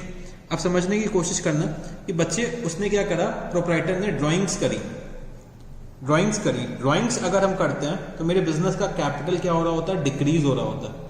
तो कैपिटल जब डिक्रीज होता है तो हम लोग उसको क्या करते हैं, डेबिट करते हैं। तो हमने यहां पे क्या लिखा, drawings account debit to purchases account. तो बच्चे ये हमारी जनरल एंट्री बनके तैयार हो गई, क्या, drawings account debit to purchases account. तो चलो बच्चे एक नेक्स्ट जनरल एंट्री हम लोग डिस्कस करते हैं। Number 7, goods given as charity, goods given as charity. तो मैंने क्या करा, मेरे से कुछ चंदा मांगने वाले लोग आ गए, ठीक है। तो जनरली सब जगह आते हैं, सब शॉप्स में आते हैं, आपके घर के बाहर भी चंदा मांगने कुछ लोग आ जाते होंगे, ठीक है। तो मैंने क्या करा, जो मेरे बिजनेस के गुड्स थे, ठीक है, मेरे बिजनेस के जो गुड्स थे वो मैंने एज अ चैरिटी दे दिया, ठीक है। एज अ चैरिटी मैंने गुड्स को कुछ दे दिया, ठीक है। तो जब मैं बिजनेस में गुड्स परचेज करके लाया हूँगा तो मैंने अपने परचेज अकाउंट को डेबिट किया होगा, ठीक है। अब मैं गुड्स को एज अ चैरिटी दे रहा हूँ, ठीक है, एज अ चैरिटी दे रहा हूँ, एज अ सोशल वेलफेयर दे रहा हूँ, ठीक है। तो बच्चे जो चैरिटी पे मैं जो खर्चा कर रहा हूँ, वो चैरिटी का जो खर्चा होता है वो मेरे बिजनेस का एक्सपेंस होता है। जो चैरिटी पे मैं जो भी अमाउंट इनकर करूँ, चाहे वो मैं कैश के फॉर्म में इनकर करूँ, चाहे वो मैं गुड्स के फॉर्म में इनकर करूँ, वो मेरे बिजनेस का क्या होता है, एक्सपेंस होता है। एक्सपेंस अगर मेरे बिजनेस का इंक्रीज हो रहा है तो हम इसको करते हैं डेबिट। और बच्चे मैं परचेजेस को ऑलरेडी डेबिट कर चुका था, अब मेरे गुड्स जो हैं वो मेरे गोडाउन से जा रहे हैं, मेरे शॉप से जा रहे हैं, ठीक है। मैं उन गुड्स का सेल नहीं कर रहा हूँ, मैं उन गुड्स का सेल नहीं कर रहा हूँ, मैं अपने जो शोरूम से मैं अपने गुड्स निकाल के दे रहा हूँ एज अ चैरिटी। तो बच्चे मैंने परचेजेस अकाउंट इनिशियली डेबिट करा होगा। तो अब समझने की कोशिश करो, मेरे एक्सपेंसेस यहाँ पे कम हो रहे, मेरी परचेजेस यहाँ पे कम हो रही, तो मैं क्या करूंगा, इसको क्रेडिट कर दूंगा। तो बच्चे अगर मैं जनरल एंट्री बोलना चाहूँ तो इसकी क्या बनेगी, लिखना चाहूँ तो क्या बनेगी, charity account debit, charity account debit to purchases account, charity account debit to purchases account. ठीक है सर, ये चीज भी हमें समझ में आ गई। तो चलो बच्चे नेक्स्ट ट्रांजैक्शन के लिए बढ़ते हैं। Goods given as free samples. तो मैंने क्या करा, अपने गुड्स को एज अ सैंपल दे दिया। तो बच्चे जनरली जब हम लोग सैंपल्स एज अ सैंपल देते हैं अपने गुड्स को, हम लोग क्या करते हैं, अपना एडवर्टाइजमेंट करते हैं। हम लोग अपना क्या करते हैं, एडवर्टाइजमेंट करते हैं जब हम लोग अपना गुड्स को एज अ सैंपल देते हैं। कभी आप लोगों ने देखा होगा, जो हम लोगों के घर पे कभी कभी न्यूज़पेपर आता है, तो न्यूज़पेपर जो आता है उसमें क्या होता है, कुछ कुछ क्लिनिक प्लस जैसे नहीं होता, क्लिनिक प्लस जो शैम्पू होता है उसके छोटे छोटे जो पैकेट्स होते हैं वो भी चिपका के दे देते हैं। तो बच्चे ये वो लोग क्या कर रहे हैं, एडवर्टाइजमेंट कर रहे हैं, अपने गुड्स को यूज करके उसका एडवर्टाइजमेंट कर रहे हैं। तो बच्चे जब मैंने गुड्स परचेज करे होंगे तो उसको क्या करा होगा, डेबिट करा होगा। अब मैं उन गुड्स को फॉर एडवर्टाइजमेंट पर्पस यूज कर रहा हूं। तो बच्चे जब मैंने इनिशियली परचेज करा होगा तो डेबिट कर रखा होगा, अब मैं उसको क्या करूंगा, क्रेडिट कर दूंगा, क्योंकि मेरे परचेजेस कम हो रहे हैं, मेरे एक्सपेंसेस कम हो रहे हैं, और एडवर्टाइजमेंट का एक्सपेंस जो हो रहा होगा वो इंक्रीज हो रहा होगा। तो इसको मैं कर दूंगा डेबिट और इसको मैं कर दूंगा क्रेडिट। तो बच्चे मेरी जनरल एंट्री जो बन के निकलेगी वो क्या होगी, वो हम लोग नोट डाउन कर लेते हैं। एडवर्टिजमेंट अकाउंट, और हम लोग बोल सकते हैं sample account debit to purchases account. चलो जी, अब हम लोग अगले नेक्स्ट ट्रांजैक्शन के लिए बढ़ते हैं। 9th, गुड्स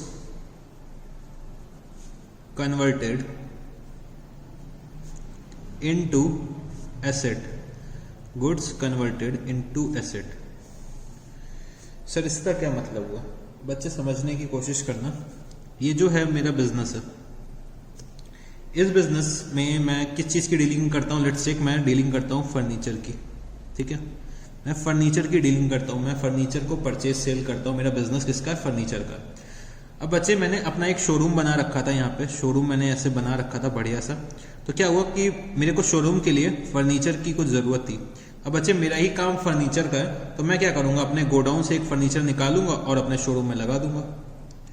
मैं अपने गोडाउन से एक फर्नीचर को निकाल के अपने शोरूम पे लगा दूंगा। अब बच्चे मैं मार्केट से फर्नीचर थोड़ी ना खरीदने जा रहा हूँ।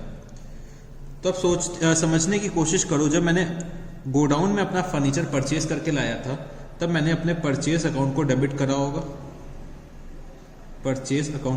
करा होगा, ठीक है। बट जो ये फर्नीचर है वो मैं अपने बिजनेस के लिए अब यूज करने जा रहा हूँ, तो मैं उसे अपना एसेट बना रहा हूँ। मैं जो ये फर्नीचर खरीद के लाया था, जिससे कि मैं मार्केट में सेल करने जा रहा था, मैं जो फर्नीचर ये परचेज करके लाया था, क्यों लाया था मैं? कि इसको मार्केट में सेल कर सकूं, ठीक है। बट मैं उसे अपने बिजनेस में यूज करने लगा, तो मैंने अपने गुड्स को एसेट्स में कन्वर्ट करा, ठीक है। अब समझने की कोशिश करना, मेरे बिजनेस में फर्नीचर इंक्रीज हो रहा है, ठीक है, मेरे बिजनेस में एसेट इंक्रीज हो रहा है, तो मैं इसको क्या करूंगा, डेबिट कर दूंगा। और मेरा परचेजेस कम हो रहा है, तो मैं क्या करूंगा, इसको क्रेडिट कर दूंगा, ठीक है, मेरा एक्सपेंस कम हो रहा है। तो बच्चे मेरी जनरल एंट्री क्या बन के तैयार हो जाएगी?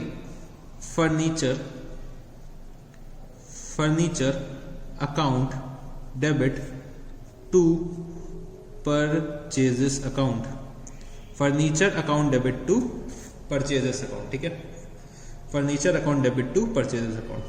तो सर हम लोगों ने ये चीज़ भी डिस्कस कर दिया। चलो बच्चे और आगे बढ़ते हैं।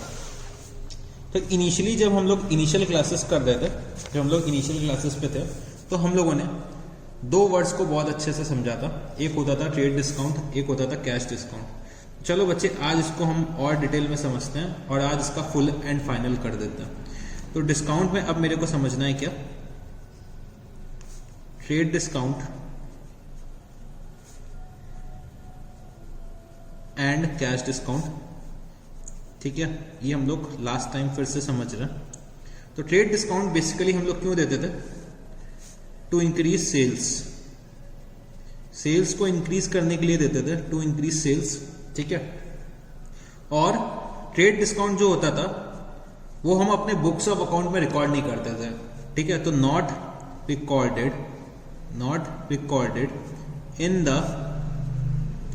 Books of account, not recorded in the books of account. और बच्चे कैश डिस्काउंट हम लोग जो ऑफर करते थे वो हम लोग क्यों करते थे? For prompt payment. और लिखना चाहूं तो मैं ये लिख सकता हूं, इट इज रिकॉर्डेड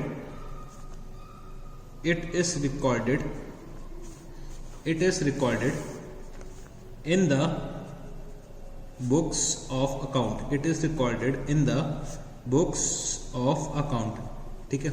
ये चीजें हम लोगों ने ट्रेड डिस्काउंट और कैश डिस्काउंट के बारे में समझी थी।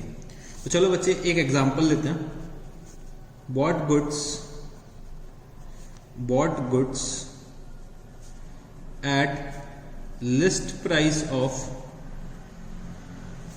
₹25,000 from Mohan less 20% trade discount and 2% cash discount and paid and paid 40% by check immediately and paid 40% by check immediately। ठीक है, तो ये हम लोगों ने जो एक ट्रांजैक्शन लिखा है इसको हम लोग समझने की कोशिश करते हैं। ठीक है, तो क्या लिखा हुआ है, bought goods at list price of 25,000 from Mohan less 20% trade discount and 2% cash discount and paid 40% by cheque immediately. तो चलो बच्चे इस ट्रांजैक्शन को थोड़ा सा एनालाइज करते हैं। तो जो हमारे गुड्स की जो लिस्ट प्राइस थी वो क्या दे रखी हुई है, 25,000 रुपीज की लिस्ट प्राइस दे रखी हुई है। ठीक है, फिर हमने क्या करा, 20% ट्रेड डिस्काउंट एंजॉय करा है। तो ट्रेड डिस्काउंट कितना हो गया, 20%। अगर मैं देखूं 25,000 का तो कितना निकल के आएगा, 5,000 रुपीज का ट्रेड डिस्काउंट आया। ठीक है, तो बच्चे मैंने नेट में कितने पे परचेज करा है। ठीक है, मैंने नेट पे कितने पे परचेज करा है, 20,000 रुपए पे मैंने परचेज करा है। ठीक है, और मैंने यहाँ पे ये लिख दिया कि नॉट टू बी रिकॉर्डेड। जो मेरा ट्रेड डिस्काउंट है मेरे को ये रिकॉर्ड नहीं करना है। तो मैंने नेट में कितने में परचेज करा है, 20,000 रुपए में मैंने गुड्स को परचेज करा है नेट में। ठीक है, नेट में मैंने 20,000 रुपए में गुड्स को परचेज करा है। अब बच्चे समझने की कोशिश करना, यहाँ पे सप्लायर ने मेरे से क्या बोला कि अगर आप पूरा का पूरा पेमेंट या फिर मतलब जितना भी पेमेंट आज अगर आप कर देते हो तो मैं आपको 2% का कैश डिस्काउंट दूंगा। तो बच्चे मेरे पास सिर्फ 40% ही पैसा था। ठीक है, मेरे पास सिर्फ 40% ही पैसा था। मैंने क्या करा, इस 40% को अलग कर दिया और ये 60% को मैंने अलग कर दिया। ठीक है, मैंने 40% को अलग कर दिया और 60% को अलग कर दिया। तो 40% जो निकल के आया वो कितना था, 8,000 रुपीज। 60% 12,000 रुपीज आया। ठीक है, मैंने इन दोनों को अलग अलग करा।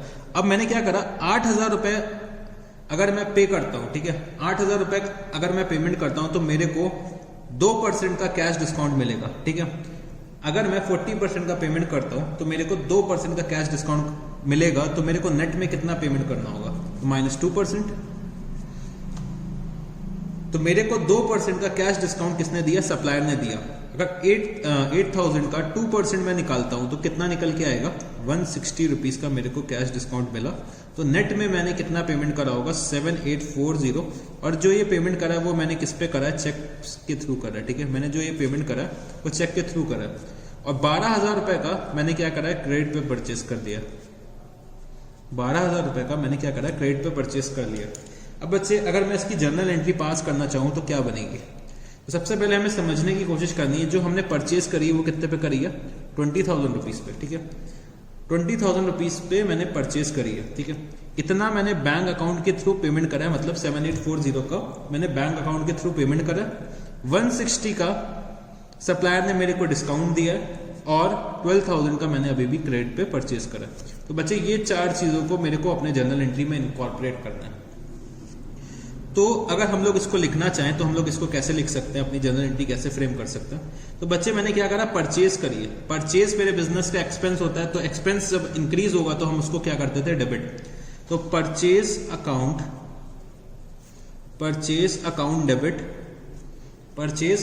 डेबिट। ठीक है, अब समझने की कोशिश करना, मेरे बिजनेस से क्या जा रहा है, बैंक अकाउंट से मैंने एक चेक दे रखी है। तो कितने की चेक दे रखी है, 7840 की चेक दे रखी है। तो 7840 मेरे बैंक अकाउंट से पेमेंट होगा। 20,000 रुपीज की टोटल परचेज कर रखी है। ठीक है, तो जब मैंने पेमेंट करी तो सप्लायर ने मेरे को कुछ डिस्काउंट दिया।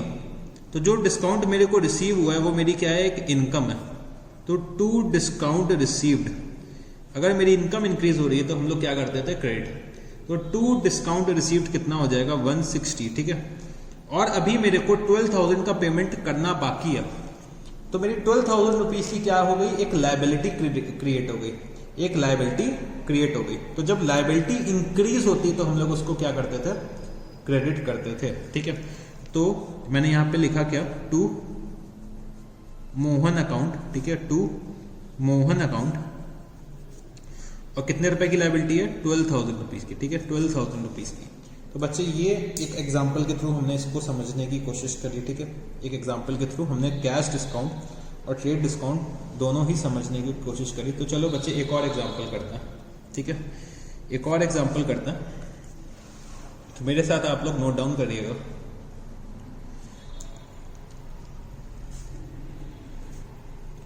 Sold goods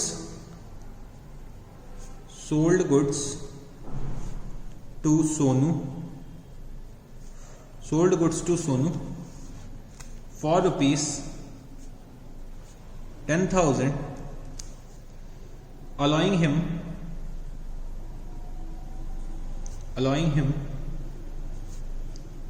cash discount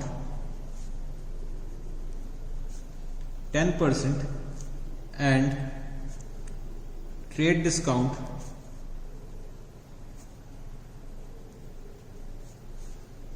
10%। ठीक है, कैश डिस्काउंट और ट्रेड डिस्काउंट दोनों ही कितना है, 10% है। ही paid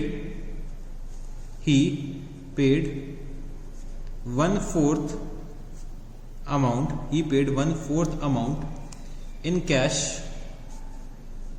He paid 1/4 amount in cash at the time of purchase। He paid 1/4 amount in cash at the time of purchase। ठीक है, अब बच्चे समझने की कोशिश करना। 10,000 रुपए की मेरी क्या थी, लिस्ट प्राइस थी। लिस्ट प्राइस कितनी दे रखी हुई है, 10,000 रुपीज की दे रखी हुई है। ठीक है, लिस्ट प्राइस कितने की, 10,000 रुपीज की। मैंने इस पे क्या करा, 10% क्या दिया, ट्रेड डिस्काउंट दे दिया। ट्रेड डिस्काउंट कितना हो जाएगा, 1,000 रुपीज का। तो नेट परचेज कॉस्ट क्या हो जाएगी मेरी, 9,000 रुपीज की मेरी परचेजेस आ जाएगी। ठीक है, परचेजेस मेरी कितनी आ जाएंगी, 9,000 रुपीज। अब बच्चे समझने की कोशिश करना, मैंने 1/4 का पेमेंट कर दिया और 3/4 का मैंने कहा कि बाद में पैसे दे दूंगा, मेरे पास पैसे अभी नहीं है। 1/4 अगर मैं निकालता हूं 9,000 का तो कितना निकल के आएगा, 2250, और 3/4 अगर मैं निकालता हूं तो कितना आएगा, 6750। ठीक है, तो 2250 का मैंने क्या करा, पेमेंट कर दिया। तो सप्लायर ने मेरे से क्या बोला, अगर आप पेमेंट करते हो तो मैं आपको क्या दूंगा, डिस्काउंट दूंगा। डिस्काउंट कितना है, 10% का। अगर कैश डिस्काउंट मैं देखूं तो कितना आ रहा है, 10% का कैश डिस्काउंट है। तो कितना कैश डिस्काउंट मिल रहा है, 10% अगर मैं जोड़ूं तो 225 रुपीज का। तो नेट में मैं क्या करूंगा, अगर मैं एज अ परचेजर हूं तो मेरी परचेज कॉस्ट कितनी हो जाएगी, 2025। ठीक है, 2025। और जो मैंने क्रेडिट में परचेज करी होगी वो कितनी हो जाएगी, 6750। बट इस क्वेश्चन में मैंने क्या करा है, गुड्स सेल करें, सोनू को सेल करें। तो सेल्स मेरी टोटल कितनी हो जाएगी, 9,000 रुपीज की। ठीक है, सेल्स मेरी कितनी हो जाएगी, 9,000 रुपीज की। उसमें से 6750 मैंने क्रेडिट पे कर रखी है, 2250 मैंने कैश में करी है, जिसमें मैंने क्या करा है, 225 का कैश डिस्काउंट दिया है और 2025 मेरे को एक्चुअली में रिसीव हुआ है। तो अगर मैं इसको कन्वर्ट करता हूं जनरल एंट्रीज के फॉर्म में, अगर मैं इसको कन्वर्ट करता हूं अपने जनरल एंट्रीज के फॉर्म में, तो मैं इसको कैसे लिख सकता हूं। तो बच्चे समझने की कोशिश करना। मैंने सबसे पहले क्या करा, सोनू के अकाउंट को डेबिट कर दिया, क्योंकि सोनू हमारा क्या है, डेटर है। डेटर्स अगर इंक्रीज हो रहे हैं तो हम क्या करते हैं, डेबिट। 6750 सोनू के अकाउंट को क्या करा, मैंने डेबिट कर दिया। अब बच्चे एक चीज और समझना, मेरे को क्या मिल रहा है, कैश मिल रहा है। कैश मेरे को कितना मिला होगा, 2025 से मैंने क्या करा, कैश को डेबिट कर दिया। और बच्चे मैंने क्या करा है, डिस्काउंट अलाउ करा है। डिस्काउंट अलाउ हमारे बिजनेस का क्या होता है, एक्सपेंस होता है। अगर एक्सपेंस इंक्रीज कर रहे हैं तो debit. Discount allowed account debit, कितने से डेबिट करना है मेरे को, 225 रुपीज से। ठीक है, 225 से मैंने क्या करा, इसको डेबिट कर दिया। और बच्चे मैंने सेल्स कितने की करी है, सेल्स हमारा क्या है, रेवेन्यू है। रेवेन्यू अगर इंक्रीज हो रहा है तो क्रेडिट। सेल्स मैंने नेट में देखूं तो कितने की कर रखी है, 9,000 रुपीज की कर रखी है, 9,000 रुपीज की कर रखी है। ठीक है, तो ये ट्रांजैक्शन भी आपको समझ में आ गया होगा। ठीक है, तो हमारा जो डिस्काउंट अलाउड होता है, डिस्काउंट रिसीव्ड होता है, मतलब ट्रेड डिस्काउंट और कैश डिस्काउंट, इतना ही होता है। ठीक है, इतना ही होता है। इससे ज्यादा टफ लेवल के क्वेश्चंस शायद ही होंगे। ठीक है, हमें बस अपना कॉन्सेप्ट समझना था। अगर इसके अलावा अगर कोई भी क्वेश्चन, कैसा भी क्वेश्चन आ जाए, तो हम उसको अपने नॉलेज के बेसिस पे, अपने अंडरस्टैंडिंग के बेसिस में सॉल्व कर सकते हैं। ठीक है, तो चलो बच्चे और आगे बढ़ते हैं अब हम लोग। तो अब हम लोग नोट करते हैं अपना 11th नंबर की स्पेशल एंट्री, जिसको हम लोग नाम दे देते हैं क्या, परचेज रिटर्न। Purchase return.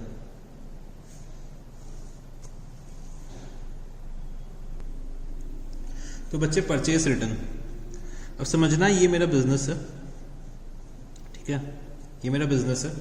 मैं इस बिजनेस में क्या करता हूँ, गुड्स परचेज करके लाता हूँ, ठीक है। परचेज जो मैं करके लाया, लेट्स टेक 1 लाख रुपीस की परचेज करके लाया, ठीक है। अब क्या हुआ, इन 1 लाख में से मेरे को लगा कि जो ये 10,000 रुपीज के गुड्स है वो डिफेक्टिव है। 10,000 की गुड्स क्या है, डिफेक्टिव है, खराब है, ठीक है। तो मैंने अपने सप्लायर से बात करी और ये 10,000 के गुड्स क्या करे, सप्लायर को वापस कर दिया, ठीक है। 10,000 के गुड्स क्या करे, रिटर्न कर दिया। मैंने 10,000 के गुड्स रिटर्न कर दिया। बच्चे समझने की कोशिश करना, जब मैं परचेज करके लाया होऊंगा तो मैंने परचेजेस अपनी इंक्रीज करी होंगी, मतलब मैंने परचेज अकाउंट को डेबिट करा होगा, ठीक है। बट अब जब मैं गुड्स को रिटर्न कर रहा हूं तो मेरे को परचेजेस को क्रेडिट करना चाहिए, डिक्रीज करना चाहिए। बट बच्चे परचेजेस को क्रेडिट या डिक्रीज करने की जगह हम लोग एक नाम यूज करते हैं जिसका नाम क्या होता है, परचेज रिटर्न। तो सर हम लोग परचेज रिटर्न क्यों यूज करते हैं बच्चे, जिससे कि हमें ड्यूरिंग द ईयर ये पता चल सके कि हमने कितने गुड्स वापस करे हैं ड्यूरिंग द ईयर, पूरे साल में कितनी बार हमने गुड्स को रिटर्न करा है, ये हम डिटरमाइन कर सके।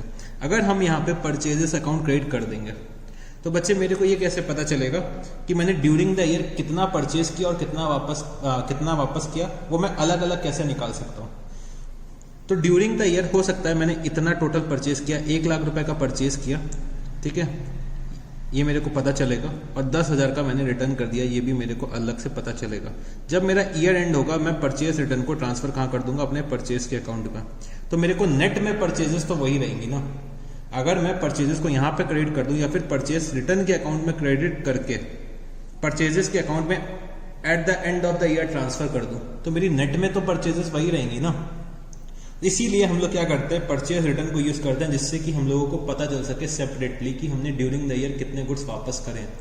तो बच्चे इसकी अगर जर्नल एंट्री समझना चाहूँ तो मैं कैसे समझ सकता हूँ, मैं कैसे कर सकता हूँ, तो समझने की कोशिश करना। यहाँ पे परचेज रिटर्न कर रहा हूँ, परचेज रिटर्न कर रहा हूँ तो मतलब मेरे बिजनेस के एक्सपेंसेस कम हो रहे हैं, डिक्रीज हो रहे हैं। तो परचेज रिटर्न तो बच्चे मेरा क्या हो जाएगा, क्रेडिट हो जाएगा टू परचेज रिटर्न, ठीक है, परचेज रिटर्न अकाउंट।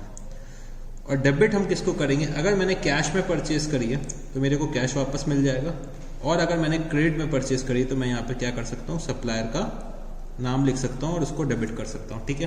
तो ये मेरा क्या हो गया, परचेज रिटर्न की जर्नल एंट्री हो गई।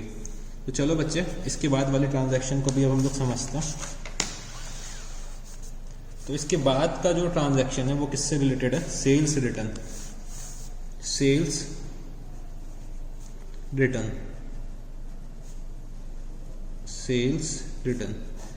तो सेम एग्जांपल को ही मैं कंटिन्यू कर सकता हूं। मैंने क्या करा, बिजनेस में, ये मेरा बिजनेस है, ठीक है, मैंने कुछ कस्टमर्स को सेल करी, ठीक है, मैंने कस्टमर्स को सेल करी, लेट्स टेक 50,000 रुपीज की सेल करी, और मैंने कस्टमर से कहा कि अगर आपको गुड्स पसंद आ जाए, मतलब आप घर लेकर जाइए गुड्स, और अगर आपको गुड्स पसंद आ जाते हैं, अगर आपको लगता है कि गुड्स से आपकी नीड सेटिस्फाई हो रही है, तो आप इसको यूज करिएगा, वरना मेरे को वापस कर दीजिएगा।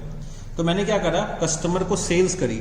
सेल्स कितने की करी, 50,000 रुपीज की करी, बट कस्टमर को कुछ गुड्स समझ में नहीं आए और वो मेरे को 15,000 रुपीज के गुड्स वापस कर गए, ठीक है, 15,000 रुपीज के गुड्स वापस कर गए। तो इनिशियली जब मैंने सेल्स करी होगी तो मैंने उसको क्या करा होगा, क्रेडिट करा होगा। तो यहाँ पे मेरे को क्या करना चाहिए, सेल्स को डेबिट कर देना चाहिए, क्योंकि मेरी सेल्स क्या हो गई, सेल्स मेरे गुड्स क्या हो गए, जो वापस आ रहे हैं, ठीक है, मेरे गुड्स वापस आ रहे हैं, मेरी सेल्स क्या हो गई, रिटर्न हो गई। सेल्स जो मैंने करी थी वो गुड्स वापस आ गए, ठीक है, सेल्स जो मैंने करी थी वो गुड्स वापस आ गए। तो बच्चे अब समझने की कोशिश करो, अगर मैं सेल्स अकाउंट को यहाँ पे डेबिट कर दूंगा तो मेरे को ये कैसे पता चलेगा कि ड्यूरिंग द ईयर मेरे पास कितने गुड्स वापस आ रहे हैं। बच्चे सेल्स रिटर्न का भी बहुत ज्यादा एनालिसिस किया जाता है। अगर किसी बिजनेस में बहुत ज्यादा सेल्स रिटर्न हो रही है तो बच्चे उसमें कुछ ना कुछ फ्लॉ है, हमारे गुड्स में कुछ ना कुछ फ्लॉ है, अगर बहुत ज्यादा सेल्स रिटर्न हो रहा है, ठीक है, तो हमें उस पर वर्क करना चाहिए। तो सेल्स रिटर्न हम लोग क्या करेंगे, अब डेबिट कर देंगे, क्योंकि हमारा रेवेन्यू क्या हो रहा है, रिड्यूस हो रहा है। अगर रेवेन्यू कम होता है, डिक्रीज हो रहा होता है, तो हम लोग रेवेन्यू को क्या करते हैं, डेबिट कर देते हैं। तो सेल्स रिटर्न अकाउंट डेबिट। और अगर मैंने सेल्स कैश में कर रखी होगी तो मेरे को कैश वापस करना पड़ेगा, और अगर क्रेडिट में कर रखी होगी तो मैं यहाँ पे क्या कर सकता हूँ, कस्टमर या फिर डेटर का नाम लिख सकता हूँ, ठीक है। तो ये मेरा क्या हो गया, सेल्स रिटर्न, ठीक है। सेल्स रिटर्न को एक और नाम से हम लोग डिनोट करते हैं, क्या होता है, रिटर्न इनवर्ड और बच्चे जो हमारा परचेज रिटर्न था, परचेज रिटर्न को हम लोग एक और नाम से डिनोट करते हैं, वो क्या होता है, रिटर्न आउटवर्ड। ठीक है, ये नाम हमें बहुत अच्छे से याद होने चाहिए, रिटर्न इनवर्ड और रिटर्न आउटवर्ड। चलो बच्चे अगले ट्रांजैक्शन के लिए हम लोग बढ़ते हैं। तो ट्रांजैक्शन नंबर 13, ट्रांजैक्शन नंबर 13, तो ये हम लोग नोट कर सकते हैं, लॉस बाय थेफ्ट और फायर, लॉस बाय थेफ्ट और फायर। तो इसके लिए मेरे साथ एक एग्जांपल लिखना, ठीक है। Goods costing rupees 10,000 were destroyed, goods costing rupees 10,000 were destroyed by fire and insurance company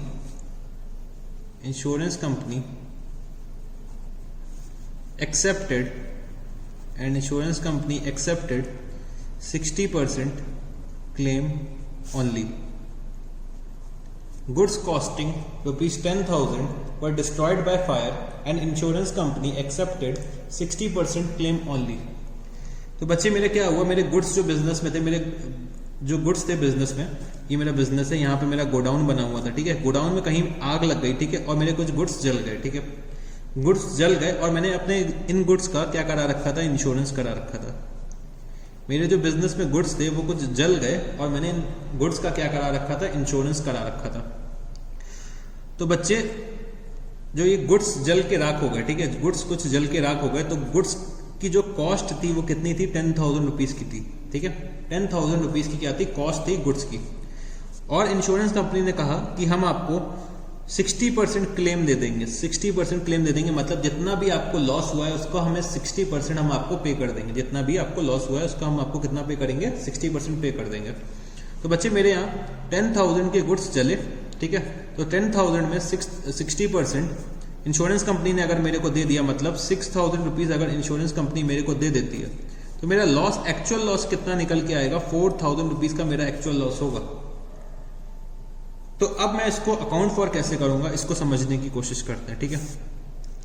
तो बच्चे जब मैं अपने बिजनेस में गुड्स परचेज करके लाया होऊंगा, जब मैं लाया था तो मैंने क्या करा था, परचेज अकाउंट को डेबिट किया था, ठीक है, और अभी तक मैं उन गुड्स को सेल नहीं कर पाया। तो अब मैं क्या करूंगा, परचेज अकाउंट का जो मैंने इनिशियल एंट्री पास करी थी, मैं उसको क्या करूंगा, रिवर्सल करूंगा। तो परचेज को मैं क्या कर दूंगा, क्रेडिट कर दूंगा, क्योंकि मेरे बिजनेस का एक्सपेंस कम हो रहा है। तो परचेजेस अकाउंट को मैंने यहाँ पे क्या करना है, क्रेडिट कर देना है, ठीक है। 4,000 रुपए का मेरा लॉस हुआ, ठीक है, लॉस हुआ। तो लॉस अगर बढ़ता है, लॉस अगर इंक्रीज होता है तो हम लोग क्या करते हैं, उसको डेबिट। तो 4,000 रुपए का तो मेरा क्या हो गया, लॉस हो गया, प्लस 6,000 रुपीज अभी भी मेरे को इंश्योरेंस कंपनी से रिसीव करना है।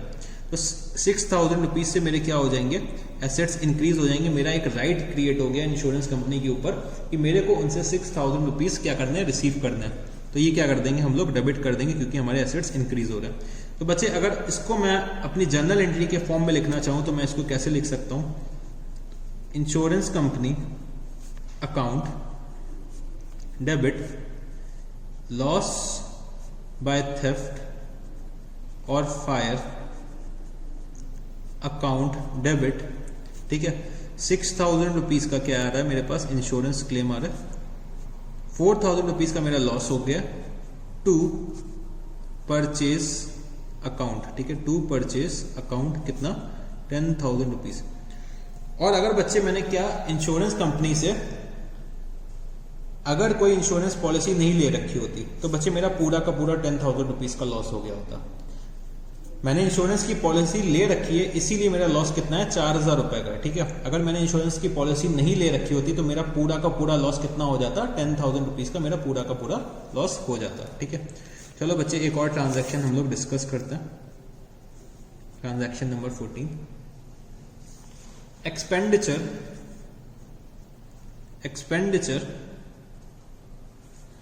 On installation of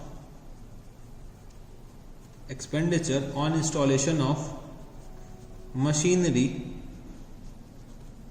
oblique construction of asset, expenditure on installation of machinery oblique construction of asset. Let's take building, ठीक है। मैंने कुछ एक्सपेंसेस इनकर करे अपने मशीनरी के इंस्टॉलेशन में, अपने बिल्डिंग के कंस्ट्रक्शन में। अब बच्चे समझने की कोशिश करना, जब तक मेरा एसेट, फॉर एग्जांपल मेरी ये बिल्डिंग ये बन रही, ठीक है, मेरी एक बिल्डिंग ये रेडी हो रही है, ठीक है। तो बिल्डिंग जब तक बन के तैयार नहीं हो जाती है, जब तक बिल्डिंग रेडी टू यूज नहीं हो जाती है, तब तक जितना भी एक्सपेंडिचर हम लोग इस पे करेंगे, हमारा जितना भी एक्सपेंडिचर हम लोग बिल्डिंग पे करेंगे, जब तक वो बिल्डिंग रेडी टू यूज नहीं हो जाती है, तो तब तक मैं जितना भी एक्सपेंडिचर करूंगा वो मेरा क्या हो जाएगा, कैपिटल एक्सपेंडिचर हो जाएगा, ठीक है। मेरा क्या होगा, वो कैपिटल एक्सपेंडिचर होगा, ठीक है, कैपिटल एक्सपेंडिचर होगा। मतलब कि सर इसको थोड़ा सा और सिंपल वे में बताइए। बच्चे चलो मैं और सिंपल वे में बताता हूं। तो बच्चे समझने की कोशिश करना, जब हम लोग घर में कोई एक नया एसेट परचेज करते हैं, फॉर एग्जांपल मैं क्या करता हूं, मैंने एक कार परचेज करी, ठीक है, मैंने एक कार परचेज करी, ठीक, मैं एक कार परचेज करके लाया। तो सबसे पहले जब मैं कार परचेज करता हूं तो मैं कहाँ जाता हूं, मंदिर जाता हूं और वहां पे उसकी पूजा कराता हूं और नारियल फोड़ता हूं, ठीक है। ये नारियल है, मैंने नारियल जमीन पे डाला और ये फूट गया। तो बच्चे जो भी एक्सपेंसेस हम लोग इनकर करते हैं अपने एसेट को रेडी टू यूज करने के लिए, मतलब रेडी टू यूज के पहले के जो एक्सपेंसेस हम लोग इनकर करते हैं अपने एसेट्स के ऊपर, उनको हमें क्या करना होता है, कैपिटलाइज करना होता है। एसेट्स की वैल्यू पे कैपिटलाइज करना होता है, क्या एसेट्स की वैल्यू उतने से इंक्रीज करनी होती है। सर अभी भी हमें नहीं समझ में आया, तो चलो बच्चे एक और एग्जांपल लेता। लेट्स टेक, मैं अपने बिजनेस में एक नई मशीनरी परचेज करके लाया, ठीक है, ये मेरी मशीनरी थी, ठीक है। तो जब भी हम लोग नया एक एसेट परचेज करके लाते हैं, ठीक है, जिसकी वैल्यू अच्छी खासी होती है, तो एसेट जब हम लोग परचेज करके लाते हैं तो उस पर बहुत सारे खर्चे इनकर करने पड़ते हैं। फॉर एग्जांपल ये मशीन थी, ये मैंने मशीन परचेज करी, ठीक है, मशीन मैंने परचेज करी और ये सप्लायर के गोडाउन पे रखी है, ठीक है। यहाँ पे गोडाउन सप्लायर का है, सप्लायर का गोडाउन मैं यहाँ पे लिख देता हूँ, सप्लायर गोडाउन, और मेरा गोडाउन यहाँ पे है, या कह सकते हो मेरी फैक्ट्री यहाँ पे है, ठीक है। मैंने मशीन परचेज करी और मैंने क्या कहा कि लेट्स से एक मशीन जो परचेज करी है वो 1 लाख रुपीस की है, ठीक। फिर मशीन को मैं सप्लायर से अपने यहाँ लाने के लिए कुछ एक्सपेंसेस इनकर किए, लेट्स टेक, मैंने कुछ फ्रेट पे करा, ठीक है। फ्रेट जो पे करा वो कितना था, 2000 रुपीज का। रास्ते में मशीन में कोई डैमेज ना आ जाए इसलिए मैंने क्या करा, इंश्योरेंस कराया 1000 रुपए का, ठीक है। और मैंने क्या करा, मशीन को जो मेरा लॉरी था, ट्रक था, उसमें लोड कराने के लिए कुछ लोडिंग चार्जेस पे करे, ठीक है। फिर बच्चे मैं अपने जो मशीन को जब यहां लेकर आया तो मैंने यहाँ पे कुछ अनलोडिंग चार्जेस पे करे होंगे, और बच्चे जब मशीन मेरे यहाँ आई तो मैंने कुछ ट्रायल रन करा। मैं इनिशियली क्या करूंगा, उस मशीन को चेक करूंगा, उसकी टेस्टिंग करूंगा, तभी मैं उसको क्या करूंगा, फाइनल यूज में लेकर आऊंगा। तो कुछ मैंने ट्रायल रन करा, ठीक है। तो लेट्स टेक, लोडिंग चार्जेस जो पे कर रखे हैं वो मैंने पे करे 500 रुपीज, अनलोडिंग चार्जेस जो पे करने थे मैंने करे 500 रुपीज, और ट्रायल रन के लिए जो मैंने एक्सपेंसेस इनकर करे हैं वो कितने करे, 1000 रुपीज, ठीक है। तो ये सब चीजें करी, तो जितने भी एक्सपेंसेस ये मैंने इनकर करे, ठीक है, ये सब चीजें मैंने कर ली। फिर मैंने क्या करा, एक नारियल फोड़ दिया, ठीक है, नारियल फोड़ दिया, पूजा पाठ कर दी और मैंने एक नारियल फोड़ा। तो बच्चे जितने भी एक्सपेंसेस नारियल फोड़ने से पहले मैं इनकर कर रहा हूं, मतलब जितने भी एक्सपेंसेस मैं अपने एसेट को यूज करने से पहले इनकर कर रहा हूं, वो सारे के सारे एक्सपेंसेस मेरे एसेट की कॉस्ट का पार्ट बन जाएंगे। वो सारे के सारे एक्सपेंसेस मेरे एसेट की कॉस्ट का पार्ट बन जाएंगे, जो मैंने नारियल फोड़ने से पहले इनकर किए हैं, जो मैंने एसेट को रेडी टू यूज करने के लिए इनकर करें, या फिर मतलब पुट टू यूज के जो पहले के एक्सपेंसेस होंगे वो सारे के सारे मेरे एसेट की कॉस्ट का पार्ट बन जाएंगे, ठीक है। तो अगर मैं अपनी एसेट की कॉस्ट का मतलब मशीन की कॉस्ट निकालूं तो कितनी निकल के आएगी, 1 lakh plus 2000 plus 1000 plus 500 plus 500 plus 1000। तो टोटल एक्सपेंसेस मेरे अगर देखूं तो मेरे कितने हो गए, मतलब मेरी मशीन की कॉस्ट कितनी हो जाएगी, अगर मैं इसका टोटल करूँ तो मेरे मशीन की कॉस्ट कितनी हो जाएगी 1,05,000 रुपीज़। ठीक है, मेरे मशीन की कॉस्ट कितनी आ जाएगी 1,05,000 रुपीज़ मेरे मशीन की कॉस्ट आ जाएगी। तो बच्चे जितने भी एक्सपेंसेस हम लोग इंस्टॉलेशन ऑफ मशीनरी पे करते हैं, कंस्ट्रक्शन ऑफ एसेट में करते हैं, वो मेरे मशीन के कॉस्ट का पार्ट बन जाता है। ठीक है, तो बहुत से बच्चे ये क्या करते हैं, जो expenditure on installation of machinery को अपना एक्सपेंस मान लेते हैं, अपने बिजनेस का एक्सपेंस मान लेते हैं। बच्चे ये हमारे बिजनेस का एक्सपेंस नहीं होता है, ये हमारे एसेट की वैल्यू को इंक्रीज करता है। तो हमें क्या करना होता है, जब मेरे एसेट की वैल्यू इंक्रीज हो रही होती है तो हम लोग क्या करते हैं, उसको डेबिट करते हैं। तो जैसे कि मैंने क्या करा, expenditure on installation of machine या फिर कंस्ट्रक्शन ऑफ एसेट, तो मैं क्या करूंगा यहाँ पे जो भी पर्टिकुलर एसेट होगा, एसेट के अकाउंट को क्या करूंगा मैं डेबिट कर दूंगा, और मेरे बिजनेस से क्या जा रहा है, कैश जा रहा है। ठीक है, मेरे बिजनेस से क्या जा रहा है, कैश जा रहा है, तो मैं टोटल कितना लिख सकता हूँ 1,05,000 रुपीज़। ठीक है, 1,05,000 रुपीज़ मैं ये लिख सकता हूँ। तो बच्चे ये कुछ हमने 14 ट्रांजैक्शन ये डिस्कस किए, कुछ ट्रांजैक्शन परचेज से रिलेटेड डिस्कस किए, कुछ ट्रांजैक्शन सेल्स से रिलेटेड भी डिस्कस किए। ठीक है, तो ये सब बेसिकली स्पेशल नेचर के ट्रांजैक्शन होते हैं जो आपको लगभग सब क्वेश्चंस में देखने को मिलेंगे। ठीक है, अभी कुछ ट्रांजैक्शंस बाकी हुए हैं, वो आज की क्लास में हम लोग नहीं डिस्कस करेंगे क्योंकि आज के लिए बहुत ज़्यादा हो जाएगा आपके लिए। ठीक है, तो अभी के लिए हम लोग एक क्वेश्चन करने जा रहे हैं। ठीक है, अभी तक जितने भी कॉन्सेप्ट्स पढ़े हैं उसके बेसिस पे हम लोग आज एक क्वेश्चन सॉल्व करने जा रहे हैं। तो चलो बच्चे अपना बुकलेट खोल लेना, अपना क्वेश्चन बैंक खोल लेना, हम लोग एक क्वेश्चन करने जा रहे हैं। सो क्वेश्चन नंबर 8 अब हम लोग करने जा रहे हैं, तो चलो रीड करते हैं। Generalized the following transactions, also state the nature of each account involved in the journal entry. Following figures are given in. तो state the nature of each account के लिए अभी हम लोगों ने ट्रेडिशनल अप्रोच नहीं पढ़ा, तो इसको हम लोग इग्नोर करते हैं। ठीक है, हम लोग बस अभी नॉर्मल जनरल एंट्रीज जैसे भी हम लोगों ने पढ़ रखी हैं वो हम लोग सॉल्व करने की कोशिश करते हैं। Following figures are given in 2016 December 1, Ajit started business with capital rupees 4 lakh.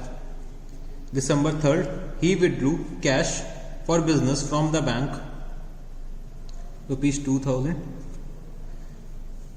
December 5th, he purchased goods making payment through bank, 15,000.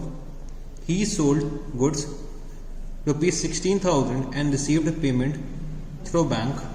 December 10th, he purchased furniture and paid by check, rupees 2,500. December 12, he sold goods to Arvind, rupees 2,400. December 14th, he purchased goods from Amrit, rupees 10,000. He returned goods to Amrit, 500. December 16th, he received from Arvind 2,300 in full settlement. 2,300 in full settlement. December 18th, he withdrew goods for personal use, rupees 1,000. December 20th, he withdrew cash from business for personal use, rupees 2,000. December 24, he paid telephone charges, rupees 110.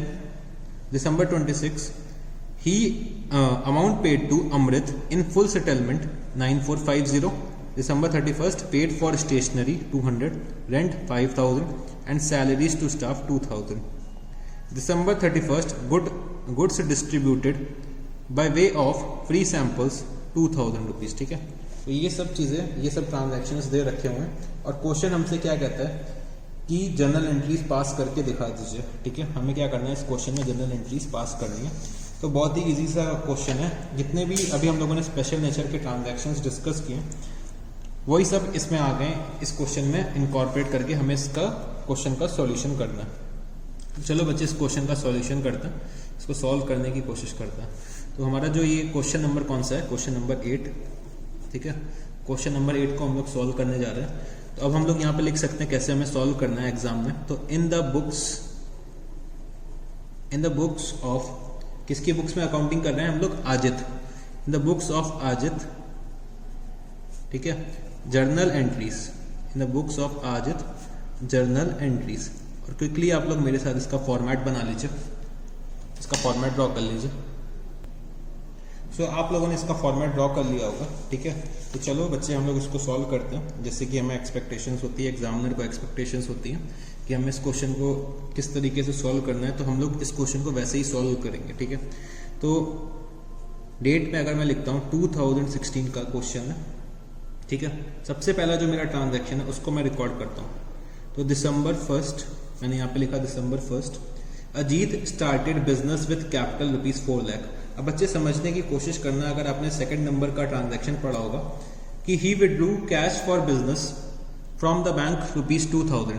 तो बच्चे जब business शुरू करा है तो उसने जरूर से बैंक में ही तो पैसा डिपॉजिट करा होगा, तभी तो उसने बैंक से विड्रॉ करा है 2000 रुपीज।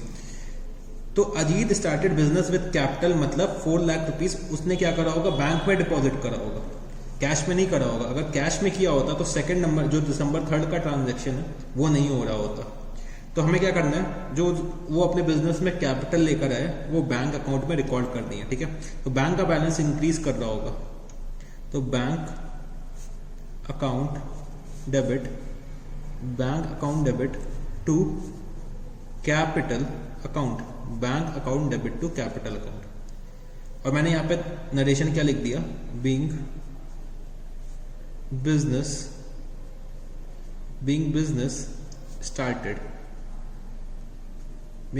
स्टार्टेड, और मैंने अमाउंट कितना लिख दिया 4 लाख, ठीक है, 4 लाख। और बच्चे जो हमें जो फिगर्स दे रखी हैं वो रुपीज इन 1000 है, तो आप लोग ऐसे लिख सकते हैं रुपीज इन 1000, ठीक है, सॉरी रुपीज इन 100 है, रुपीज इन 100, ठीक है, मतलब 2 जीरो और लिखने होते हैं। तो हम लोगों ने इन शॉर्ट रुपीज इन 100 लिख दिया, ठीक है। December 3rd पे आते हैं अब हम लोग। December 3rd, he withdrew cash for business from the bank ₹2000। तो कैश उसने विड्रॉ करा है, कहां से, बैंक से विड्रॉ करा है। तो कैश मेरा इंक्रीज हो रहा होगा, बैंक मेरा डिक्रीज हो रहा होगा। तो cash account debit to bank account कितना 2000 रुपीज, ठीक है। Cash account debit to bank account 2000 rupees. और मैंने यहाँ पे नरेशन क्या लिख दिया, being cash withdrawn from bank, ठीक है। December 3rd का भी मैंने अकाउंट फॉर कर लिया। फिर मैं आता हूँ December 5th में। तो December 5th में क्या दे रखा हुआ है, he purchased goods making payment through bank ₹15,000। तो बच्चे मैं गुड्स परचेज करके ला रहा हूँ, तो मैं क्या करूंगा, परचेज अकाउंट को डेबिट कर दूंगा। तो परचेज अकाउंट डेबिट, और मैंने परचेजेस कहाँ से करी, बैंक अकाउंट के थ्रू करी है, तो मेरा एसेट रिड्यूस हो रहा होगा। तो कितना हो जाएगा, purchases account debit to bank account 15,000 rupees से, ठीक है, 15,000 रुपीज से मैं क्या करूंगा, बैंक अकाउंट को क्रेडिट कर दूंगा। फिर मैं आता हूं December 8th में, सॉरी मैं यहाँ पे नरेशन भी लिख देता हूँ, बीइंग गुड्स परचेज्ड, ठीक है। फिर मैं आता हूँ December 8 में। December 8 में क्या दे रखा हुआ है कि ही sold goods ₹16,000 and received payment through bank. तो इन्होंने गुड्स सेल करे और पेमेंट कहाँ रिसीव करा है, बैंक में। तो मेरा बैंक का बैलेंस इंक्रीज हो रहा होगा, तो बैंक अकाउंट डेबिट, ठीक है, और क्या करिए, सेल्स करिए। तो bank account debit to sales account कितने से करना है, 16,000 रुपीज, ठीक है, 16,000 रुपीज की सेल्स करिए। तो मैंने यहाँ पे ब्रैकेट में लिखा, नरेशन जो लिखी, बीइंग गुड्स सोल्ड। फिर मैं अपना कहाँ पे आ गया, December 10th, he purchased furniture and paid by cheque ₹2500। तो वो क्या कर रहा है, फर्नीचर बिजनेस में परचेज करके ला रहा है। तो फर्नीचर अकाउंट डेबिट, फर्नीचर मेरा बिजनेस का एसेट इंक्रीज हो रहा है, तो मैंने क्या करा, उसे डेबिट कर दिया। तो furniture account debit to cash account, furniture account debit to cash account कितना हो जाएगा, 2500। मैं यहाँ नरेशन क्या लिख सकता हूँ, बीइंग फर्नीचर परचेज्ड। फिर मैंने क्या लिखा, December 12th दिसंबर 12 का क्या ट्रांजैक्शन दे रखा हुआ है, he sold goods to Arvind ₹2400। सो गुड्स बेचे, अरविंद को बेचे, कैश का वर्ड कहीं भी यूज नहीं है और सप्लायर का नाम भी दे रखा हुआ है, तो ये हमने क्या करी होगी, क्रेडिट में सेल करी होगी। ठीक है, तो क्रेडिट में सेल करी होगी तो अरविंद अकाउंट डेबिट, अरविंद के अकाउंट को मैंने क्या करा, डेबिट करा, क्योंकि अरविंद मेरा क्या हो गया, डेटर हो गया। और मैंने क्रेडिट किसको करा, सेल्स के अकाउंट को, to sales account, to sales account. मैंने कितने की सेल्स करी अरविंद को, ₹2400 की कर रखी है। ठीक है, और मैंने नरेशन क्या लिखा, being goods sold to Arvind, being goods sold to Arvind. कितने की सेल्स करी है, 2400 की। चलो बच्चे और आगे बढ़ते हैं। दिसंबर 12 के बाद जो मेरा आता है वो कौन सी डेट है, दिसंबर 12 के बाद दिसंबर 14। ठीक है, ही परचेज्ड गुड्स फ्रॉम अमृत, कितना, ₹10,000 की परचेजेस कर रखी है, किससे, अमृत से। तो चलो दिसंबर 14 ही परचेज गुड्स फ्रॉम अमृत ₹10,000। तो परचेजेस कर रखी हैं और अमृत का नाम दे रखा हुआ है, कैश के बारे में कुछ भी मेंशन नहीं है। तो purchases account debit to Amrit account, क्योंकि अमृत मेरा क्रेडिटर है, मेरी लायबिलिटी इंक्रीज हो रही है तो मैंने उसको क्या करा, क्रेडिट, और परचेज मेरा एक्सपेंस है तो मैंने क्या करा, उसको डेबिट। तो purchases account debit to Amrit account कितना, ₹10,000 से मैंने क्या करा, एंट्री पास करी। और मैंने यहाँ पे लिख दिया being goods purchased from Amrit, being goods purchased from Amrit, ये मैंने जनरल एंट्री एक पास कर दी।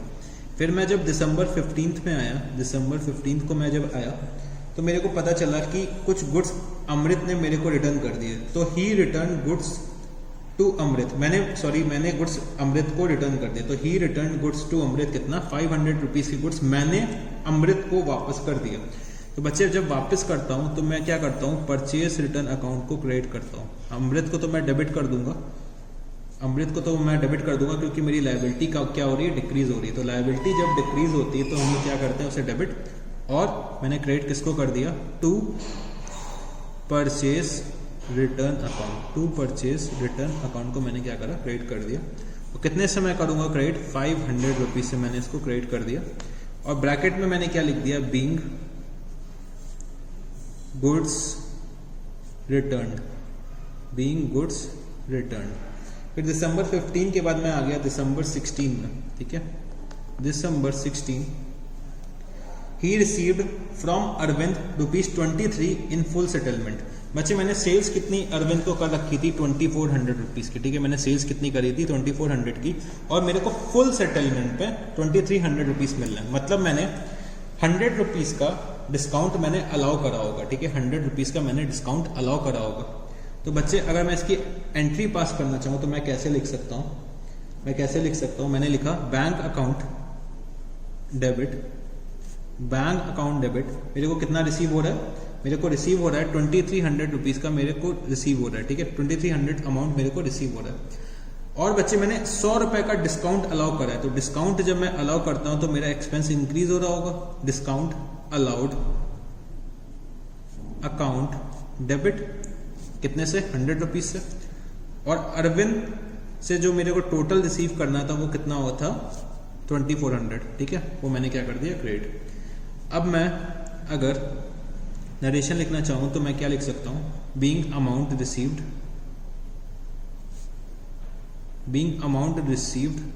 And discount allowed, being amount received and discount allowed.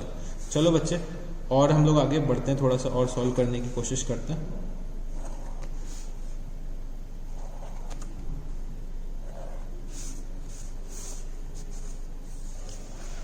तो दिसंबर 16 के बाद हमारा क्या आ जाता है, दिसंबर 16 के बाद दिसंबर 18 ही withdraw goods for personal use 1000। ठीक है, गुड्स को पर्सनल यूज के लिए विड्रॉ करा है। कब करा है, दिसंबर 18, ठीक है, दिसंबर 18 को विड्रॉ करा है गुड्स को पर्सनल यूज के लिए। तो बच्चे जब हम लोग पर्सनल यूज के लिए गुड्स को विड्रॉ करते हैं तो हमारी क्या होती है, ड्रॉइंग्स इंक्रीज होती है, मतलब मेरा कैपिटल रिड्यूस हो रहा होगा। तो मेरा जब कैपिटल रिड्यूस होता है तो हम उसको करते हैं डेबिट, तो ड्रॉइंग्स अकाउंट को डेबिट कर दिया और मेरे परचेजेस भी रिड्यूस हो रहे होंगे। तो टू परचेजेस अकाउंट कितना अमाउंट है, 1000 रुपीज, ठीक है। तो मैं यहाँ पे नरेशन लिख सकता हूँ, being goods withdrawn, being goods withdrawn by proprietor, being goods withdrawn by proprietor, being goods withdrawn by proprietor, दिसंबर 18। फिर मैं कहां पे पहुंच गया, दिसंबर 20th। He withdraw cash from business for personal use. अब की बार वो गुड्स की जगह वो कैश लेकर जा रहे हैं अपने घर पे। तो बच्चे मैं क्या करूंगा, ड्रॉइंग्स अकाउंट को फिर से डेबिट कर दूंगा, drawings account debit to cash account. मेरे बिजनेस से क्या जा रहा है, कैश जा रहा है। तो बच्चे मैंने लिखा टू कैश अकाउंट, कितना मैंने विड्रॉ करा है, 2000 रुपीज विड्रॉ करा है, ठीक है। तो मैं ये लिख सकता हूं, being cash withdrawn for personal use, being cash withdrawn for personal use। फिर मैं कहां पे पहुंच गया हूं, दिसंबर 24th। दिसंबर 24th में क्या है, ही पेड टेलीफोन चार्जेस रुपीज 110, मतलब 110 के 110 रुपए के टेलीफोन के चार्जेस पे करें। तो टेलीफोन के जो चार्जेस होते हैं वो मेरे बिजनेस का एक्सपेंस होता है। तो मैंने यहाँ पे लिखा क्या, telephone charges account debit, telephone charges account debit to, telephone charges account debit to bank account से, चलो मैंने पेमेंट करा है तो बैंक अकाउंट से मैंने लिख दिया 110, ठीक है। आप इसमें कैश भी लिख सकते हो, कोई दिक्कत नहीं है। तो बच्चे जो दिसंबर 26 का ट्रांजैक्शन दे रखा हुआ है, क्या दे रखा हुआ है कि amount paid to Amrit in full settlement कितना, 9450। तो बच्चे इसको समझने की कोशिश करो। मैंने क्या करा था, मैं यहाँ पे एक छोटा सा वर्किंग नोट बनाता हूँ और वर्किंग नोट में मैं लिख देता हूँ नंबर 1, ठीक है। मैंने जो परचेज करी थी अमृत से वो कितने की कर रखी थी, 10,000 रुपीज की मैंने क्या करी थी, परचेज करी थी अमृत से, ठीक है। फिर मैंने उसको कुछ परचेज रिटर्न कर दिया, ठीक है। मैंने कुछ उसको गुड्स वापस कर दिए, वो कितने के थे, 500 रुपीज के मैंने गुड्स वापस कर दिए। तो नेट में मैंने कितना परचेज करा होगा, 9500 रुपीज का उससे परचेज करा, ठीक है। और मैंने जो 9500 के लिए मैंने उसे पेमेंट कितना करा, 9450 का पेमेंट करा हुआ है, ठीक है। मैंने नेट में पेमेंट कितना करा है, 9450 रुपीज का पेमेंट करा है। तो मेरे को डिस्काउंट जो मिला होगा वो कितना मिला होगा, 50 रुपये, ठीक है। 50 रुपये मेरी क्या है, इनकम हो गई, ठीक है। अब मेरे को क्या करना है, इस इसको मैं अपने जर्नल एंट्रीज में लेकर आता हूँ, ठीक है, अपने जर्नल पे लेकर आता हूँ। तो इसको मैं लिखना चाहूँ तो मैं इसको कैसे लिख सकता हूँ, तो चलो बच्चे इसको नोट डाउन करते हैं।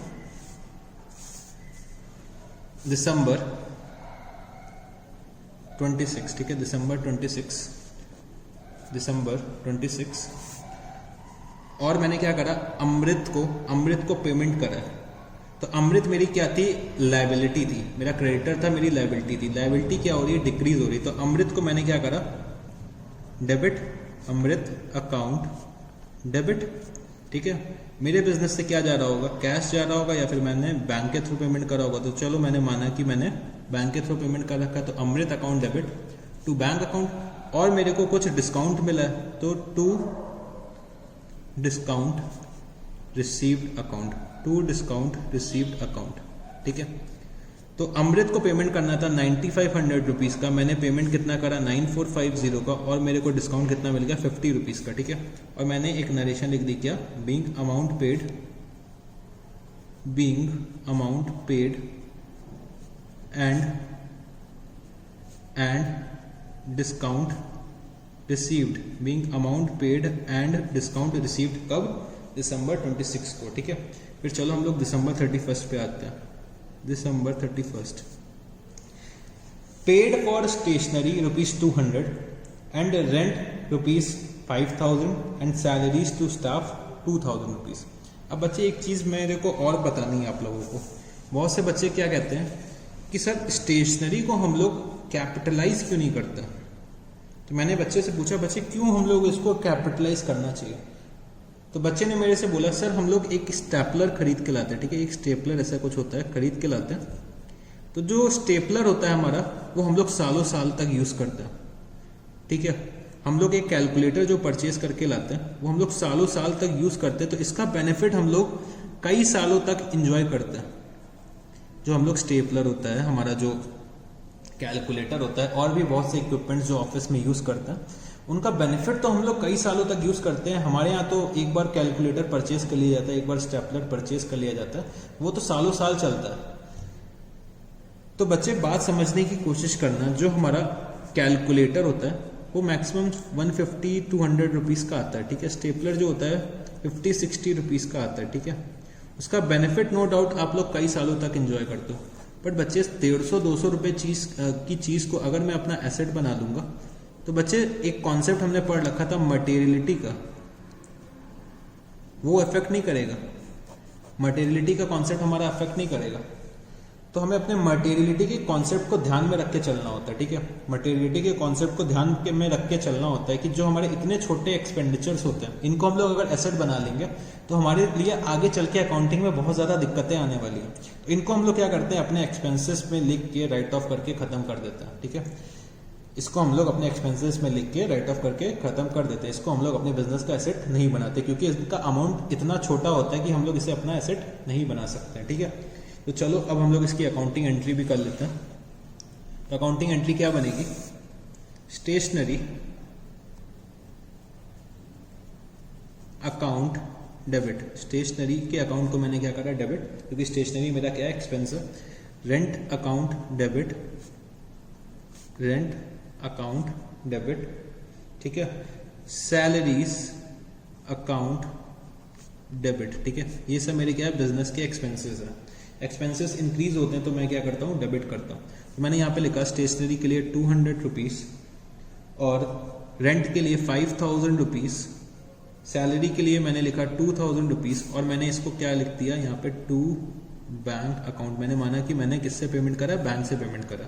तो मेरा बैंक का बैलेंस डिक्रीज हो रहा है, तो मैं क्या करूँगा, उसको क्रेडिट कर दूंगा। तो कितना हो जाएगा, 7200 रुपीज़, ठीक है। Being amount paid for various expenses, being amount paid for various expenses, ठीक है।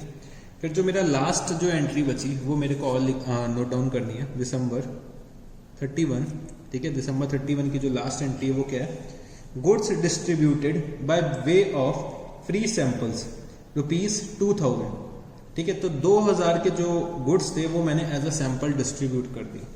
तो मैंने एज अ सैंपल कितने के गुड्स डिस्ट्रीब्यूट करें, 2000 रुपए के। तो बच्चे जो मैंने अभी आपको थोड़ी देर पहले बताया था कि जो हम लोग गुड्स सैंपल में देते हैं वो हम लोग क्यों देते हैं, एडवर्टाइजमेंट के पर्पज से देते हैं, अपने गुड्स का प्रमोशन के पर्पज से देते हैं। तो ये हमारे बिजनेस का क्या होता है, एक्सपेंस होता है। तो मैंने यहाँ पे लिखा क्या, एडवर्टाइजमेंट अकाउंट को मैंने क्या करा, डेबिट कर दिया। और बच्चे जो मैंने अपने गुड्स दिए हैं तो मैंने क्या करा होगा, परचेजेस को अपने क्रेडिट करा होगा। तो टू परचेजेस अकाउंट कितने से कर दूंगा मैं एंट्री, 2000 रुपीज से, ठीक है। और मैं नरेशन क्या लिख देता हूं, being goods given away as sample, ठीक है। Being goods given away as sample, इसको हम लोग क्या बोल देते हैं, being goods given away as samples. तो बच्चे हम लोगों ने ये क्वेश्चन पूरा का पूरा सॉल्व कर दिया, ठीक है। तो ये क्वेश्चन आपको बहुत अच्छे से समझ में आ गया होगा। तो अच्छा बच्चे, मैं एक छोटा सा और कॉन्सेप्ट आपको बता देता हूँ, मेरे को बस 2 मिनट की और ज़रूरत है आपकी। बच्चे जब हम लोग एक ही एंट्री पे जब हम लोग मल्टीपल ट्रांजैक्शंस नोट डाउन करते हैं, ठीक है, एक ही एंट्री पे जब हम लोग मल्टीपल ट्रांजैक्शंस नोट डाउन करते हैं तो उसको हम लोग बोल देते हैं कंपाउंड एंट्री, ठीक है, कंपाउंड एंट्री, ठीक है। अब जैसे कि ये एक एंट्री है, इसको भी हम लोग क्या बोल सकते हैं, कंपाउंड एंट्री। मतलब इसमें क्या हो रहा है, मल्टीपल ट्रांजैक्शंस आ रहे हैं। सर मल्टीपल ट्रांजैक्शंस का मतलब, बच्चे मैंने स्टेशनरी का भी ट्रांजैक्शन इसी एंट्री में कर रखा है, रेंट का ट्रांजैक्शन भी इसी एंट्री पे कर रखा है, सैलरी का ट्रांजैक्शन भी इसी एंट्री पे कर रखा है। मैं चाहूँ तो तीनों की अलग अलग एंट्रीज भी दिखा सकता हूँ, बट मैंने 3 एंट्रीज को मर्ज करके एक एंट्री बनाया, तो इसको मैं क्या बोल सकता हूँ, अपना कंपाउंड एंट्री। ठीक है, इनको मैं क्या बोल सकता हूँ, कंपाउंड एंट्री बोल सकता हूँ। और एग्जांपल्स मैं दिखा सकता हूँ जो अभी मैंने आपको कुछ कराया है। तो जैसे कि ये वाली एंट्री जो है ये भी मेरी क्या हो जाएगी, कंपाउंड एंट्री। ठीक है, जिसमें सिंगल ट्रांजैक्शन इन्वॉल्व है वो मेरी कंपाउंड एंट्री नहीं होती है। जिसमें मतलब मल्टीपल ट्रांजैक्शन आ रहे हैं उसको मैं अपनी कंपाउंड एंट्री बोल सकता हूँ। ठीक है, तो कंपाउंड एंट्री के बारे में एक शॉर्ट में अगर आप चाहो तो नोट लिख सकते हो, क्या होती है हमारी कंपाउंड एंट्री। तो यहाँ पे मैं लिखवा देता हूँ compound entry. Compound entry when multiple transactions are passed or clubbed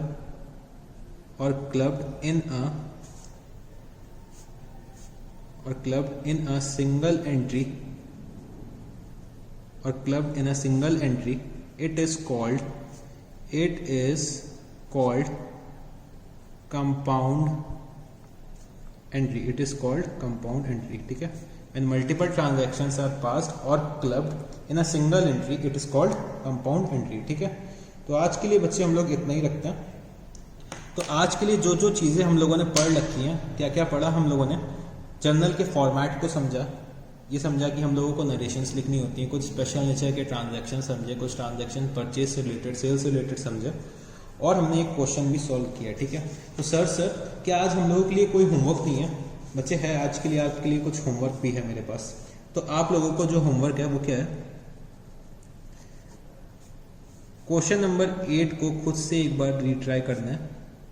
question number 8 को खुद से एक बार रीट्राई करना है। ठीक है, और जो आपका होमवर्क होगा वो आपको क्या करना है, क्वेश्चन नंबर 9 को सॉल्व करना है। ठीक है, क्वेश्चन नंबर 9 को आपको सॉल्व करना है। और आपको जो होमवर्क मिलना है, और जो आपको होमवर्क मिलना है उसमें आपको क्या करना है कि आपको क्वेश्चन नंबर 4 को भी सॉल्व करना है। ठीक है, क्वेश्चन नंबर 4 को भी सॉल्व करना है।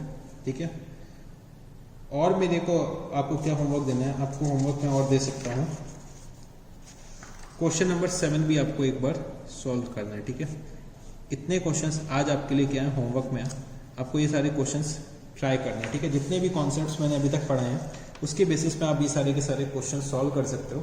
कोई भी दिक्कत आएगी तो आप मेरे को कंसल्ट कर लीजिएगा, कोई दिक्कत नहीं है।